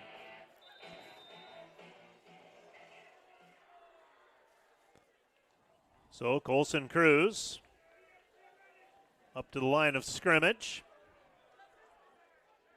And Cruz throws it to the end zone, and coming back to the ball for a touchdown. Defenders waiting to see who that receiver was. And Cruz's pass completed. Still can't see who it was down there in the corner. It's 81. Well, Coach Joel Penner has been able to go into the bench, and I believe it is Cole Snyder. I believe we have two number 81s, Brody Van Clay and Cole Snyder. Waiting to see who the stat crew gives it to. Snap is down, kick is up, and the kick is good. And Stephen Leinen gives the Dort defenders a 66-7 lead. 66-7 our score with 7:57 left to play in the ball game. Back with more from Open Space Park in a minute. Broadcast brought to you by Snyder Insurance and Financial Group of Sioux Center, offering life, health, Medicare supplements, annuities, and more. Trusted service and exceptional products with you in mind since 1973. Today's broadcast brought to you by 712 Realty, a team of realtors in Northwest Iowa with the drive, care, and results you need to buy or sell your home. Visit them online, 712realty.com, leading you home. This broadcast brought to you by the Ullman Funeral Homes. Chad Ullman, Lori Ewell, and Taylor Van Witchell providing professional attention to every detail. Hi, this is Alex with Outdoor Elements. We've been the region's premier landscape company for over 15 years. With our own in-house landscape designer, we create extraordinary outdoor spaces where you will make memories with family and friends. We do all types of landscaping, and we're the region's only certified pool professionals. We specialize in saltwater pools, which are easy to maintain and gentle on your skin. Check out our website at OutdoorElementsInc.com. We make your landscape as beautiful as your home. When you want the best, contact us at 712-476-5299 or email us at info@OutdoorElementsInc.com. Cole Snyder on the receiving end of that pass. And the kickoff by Leinen will trickle out of bounds, and it'll be first down and 10 for Dakota Wesleyan unless they make Dort kick it over again. Be first down and 10 for the defenders. For Dakota Wesleyan at their own 35-yard line on the penalty.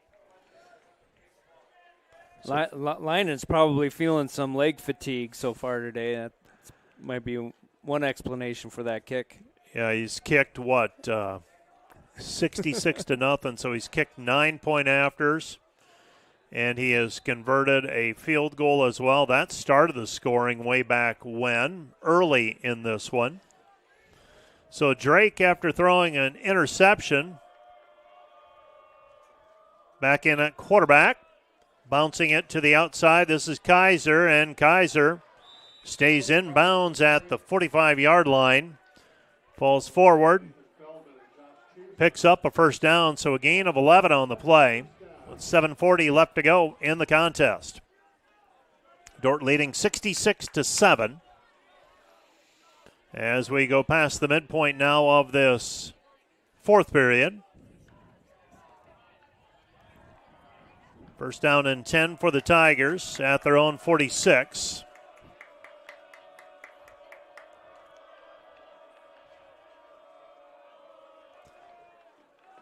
And a pass underneath, completed to Max Robb, and Robb forced out of bounds after picking up a first down into Dort territory at the 38-yard line. It'll be first and 10 for the Tigers.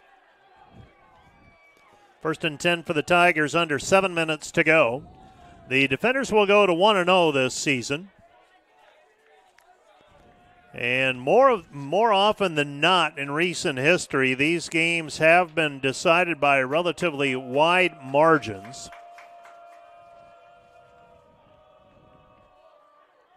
And the handoff to Kaiser. Nothing there for Kaiser as he's brought down by Elijah Dougherty.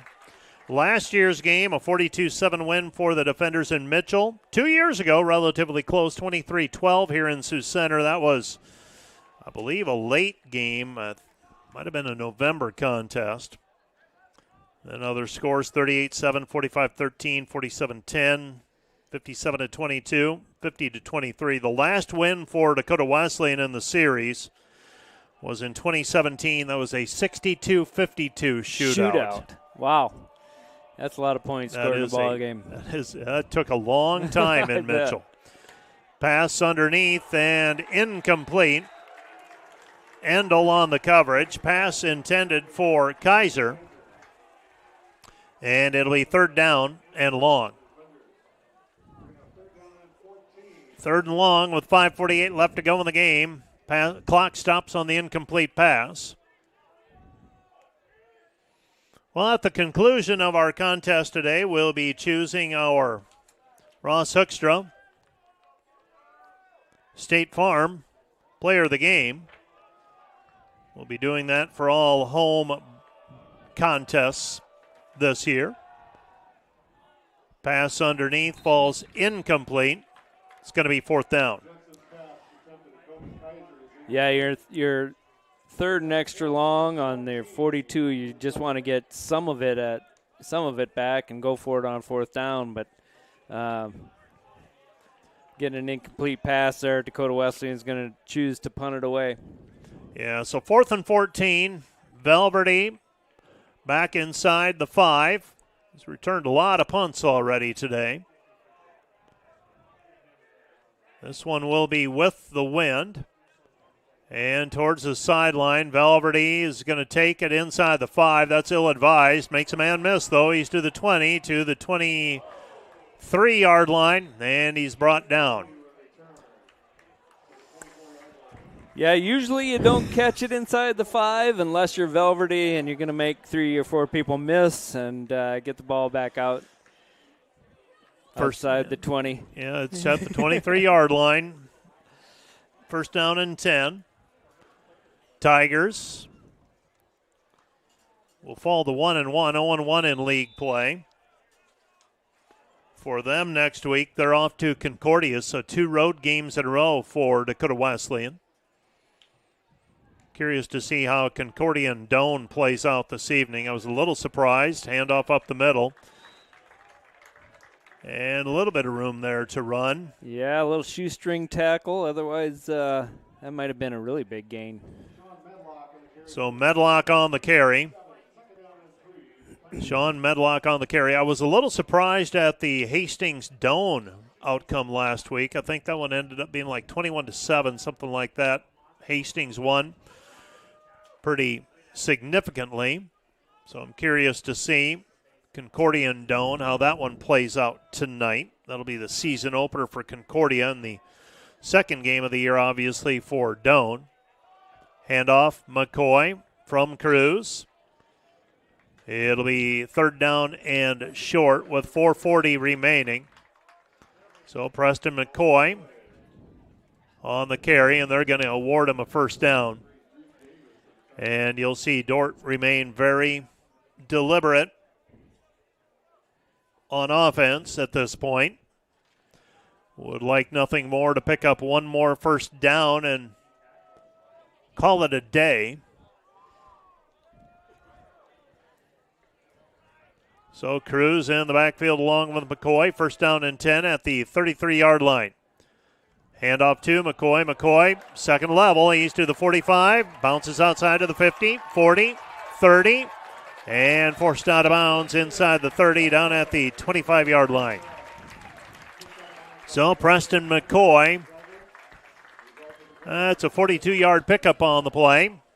And a first down, obviously, for the defenders. And now Dort with it. First down and 10 at the 25-yard line with 3:45 remaining. So first down and 10 for the defenders at the 25. Colson Cruz has Preston McCoy behind him. Man in motion. Handoff to McCoy. McCoy to the 25, down to, to the 20, to the 15, close to a first down. Stop shy of the first down marker by about a yard or two. It will be second down and short. This to me is always a tough spot. It really is, because you're not trying to show someone up. Right. But you've also got guys that have worked really hard, and this is their opportunity to play in a game. Exactly right, Mike. Yeah, you still need to call your offense. You have to give these guys an opportunity to show what they can do and play hard. And you don't want to hamstring any of your own players. You just want them to be able to play and play hard. So, the reality is it's still Dakota Wesleyan's responsibility and job to try to stop us. So if we happen to get one in the end zone, you cheer on the guys that are on the field, right? So Colson Cruz takes a little bit of a shot at the end of that play, picks up a first down, gets to the huddle. There's 2:15 left to go in the game. Preston McCoy still in at running back.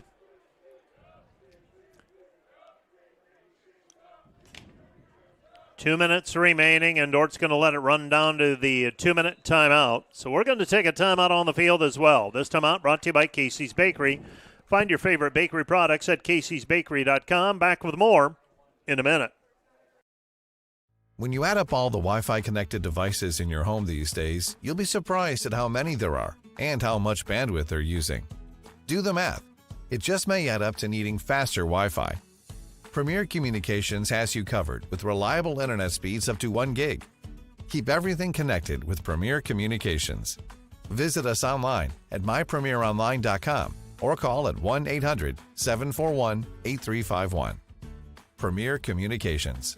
Looking ahead. Dort's program is a little bit unique in that it's entirely online, but one of the unique pieces is that for every learning module in every single class, we have a synchronous class. Students get a chance to know each other, to interact with each other, to learn from each other. That opportunity is really valued by the students that are in the program. I enjoy that. I enjoy teaching those classes and getting to know those students, but also being able to bring in different people's experiences.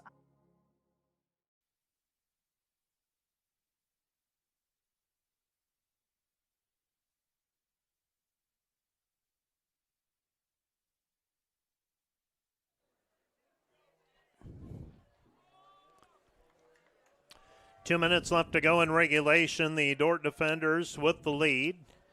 And Dort will line up, and they're going to play it out this way. They're going to take victory formation. Colson Cruz will take a knee. It will be second down and 11. They'll run the clock down to about 1:20. So the defenders will go to 1-0. And got Luke Gintz banged up, but other than that, I don't know that we noticed any injuries. None where someone needed assistance off of the field at least, so that's a positive. Yeah, unless you saw something. No, and it looked like, he had ice on his ankle and probably dealing with a sprain there. So hopefully it's not a long-term type of injury and that he'll be able to come back relatively soon. We got some nice depth in the offensive line, so that helps. But, yeah, you want a starter to be able to, keep playing throughout the season. Colson Cruz takes another knee. That'll bring up third down. And the defenders will be able to take this one under 35 seconds before they snap it, and that should do it. So they'll get up to the line of scrimmage. There's under 40.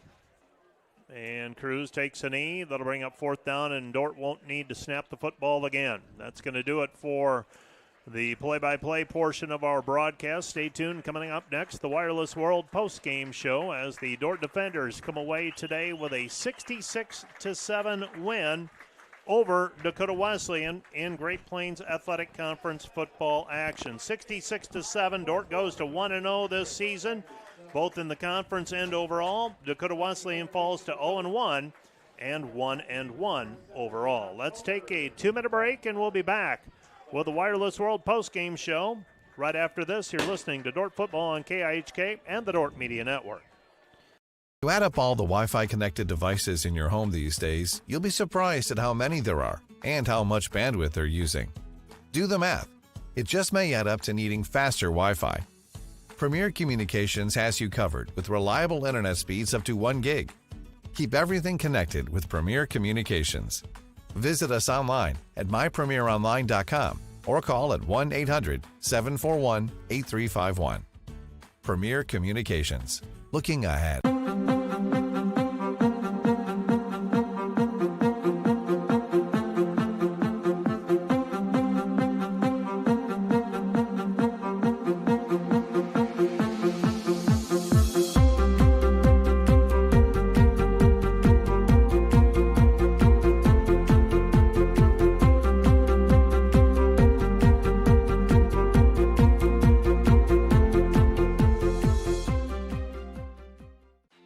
How can I join Defender Forever? It's easy. Go to dort.edu/forever and sign up. You'll not only stay connected with the Dort community, but also support the future of Defender Nation. Start Forever now. Once you sign up, you will receive exclusive perks, brand new gear, event access, and the latest Dort news. Be part of something special. Be part of Defender Forever.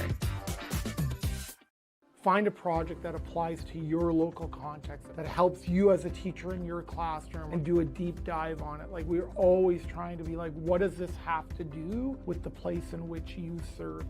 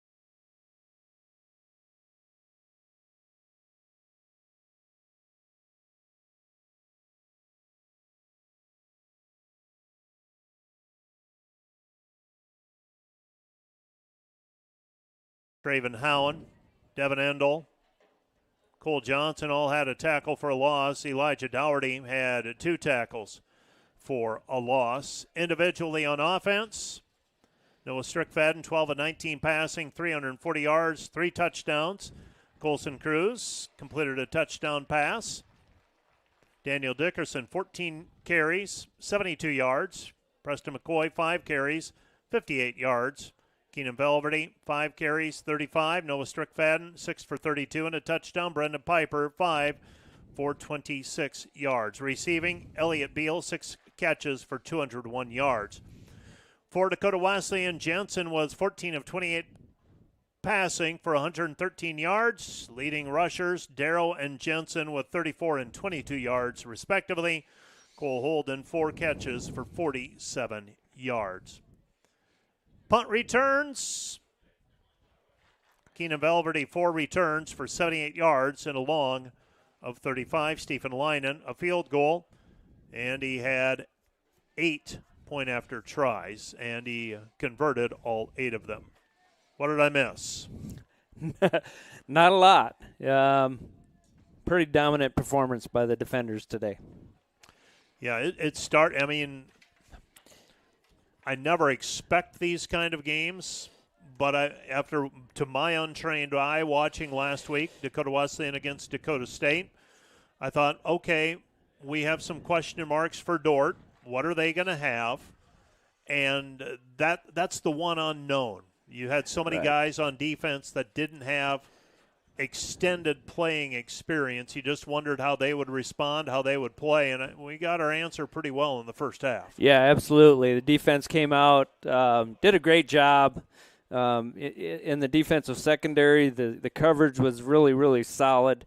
Obviously, the Dakota Wesleyan quarterbacks didn't have much time to throw most of the day. And so if you're getting good pressure and you're solid on the back end and you have guys running to the ball, really defended both the run and the pass really well today.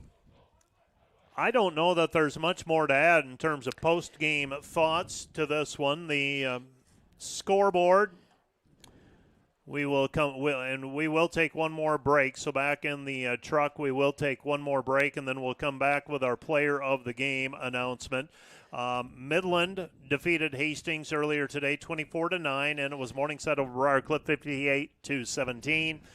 Both of those probably went the way you thought they should in terms of the matchups. Doan and Doan and Concordia play tonight, and Mount Marty and Waldorf play this evening in Forest City. So that we'll watch and see how those results come in later today as well. Women's soccer earlier today lost to Missouri Valley 2-1.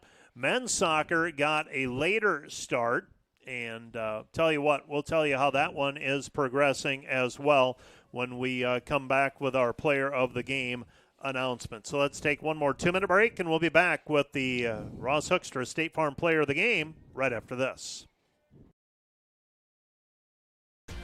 Welcome to Sioux Center, Iowa. Life in the center of everything. Where we connect with friends, coworkers, family, and the great outdoors. Knowing that in Sioux Center, you're never far from making the next great memory. And we grow great companies that make cutting-edge breakthroughs to make life better here and around the world. And when it's time to play, we keep friendship, family, and a bright future at the center of everything. Hey Defender Nation, my name is Darren Kaiser and I'm excited to serve as the new athletic director at Dort University. Thank you for tuning into the Dort Media Network and supporting Defender Athletics. As an athletic department, we are committed to the Defender way. This means we are committed to the Great Commission, developing servant leaders, the academic development of our student athletes, and the pursuit of championships. I'm eager to join with you in supporting our athletes this year. Thank you for watching Defender Athletics on the Dort Media Network. Go Defenders!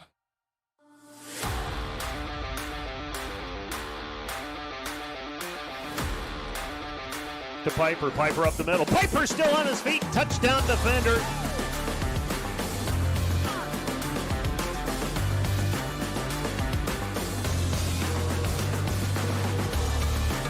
Cade Rohr to the goal line. Touchdown Defenders.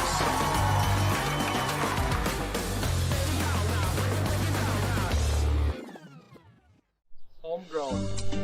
Community. Family. Innovators. Growth. Faith. Legacy. We are dedicated to egg.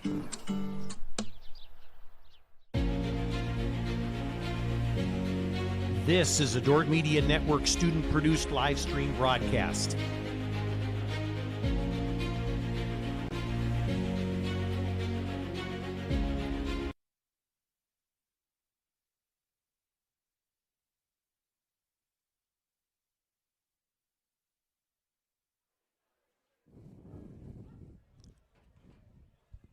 And it is time now to pick today's player of the game, brought to you by Ross Hoekstra with State Farm, serving Sioux County and the tri-state area. Call Ross at 712-722-0806 for all your insurance needs, or stop by the Sioux Center office next to Dairy Queen. The State Farm player of the game today is Noah Strickfaden. Noah, in his first start at quarterback for the Defenders, ended up going 12 of 19 passing for 3 touchdowns and 340 yards.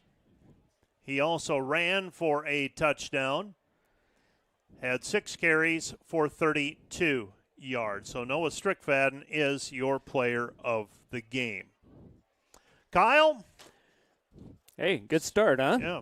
Probably see you a few weeks in Orange City if all things play out the way we think they will. Yep, sounds good. Sounds good. Well, I will let you go, and we will wrap things up. This has been a production of the partnership with the Dort Media Network, Sioux County Radio, and the Dort Athletic Communication Office. Dort Media Network is under the direction of Rich Lodewijk, and the staff is primarily student employees. Our broadcast engineer today at Sioux County Radio was Nathan Brook. Dort Media Network broadcast operators today: Noah Zylstra, the director, Lynn Marie Termolen, Marcus Seifert, Parker Freeman and Aiden Ecoff, and Philip Getz. The Dort Athletic Communication staff is Matt Boss and Isabel Pfeiffer. Color commentary today was provided by Kyler Achterhoff. For all those individuals, have a good afternoon.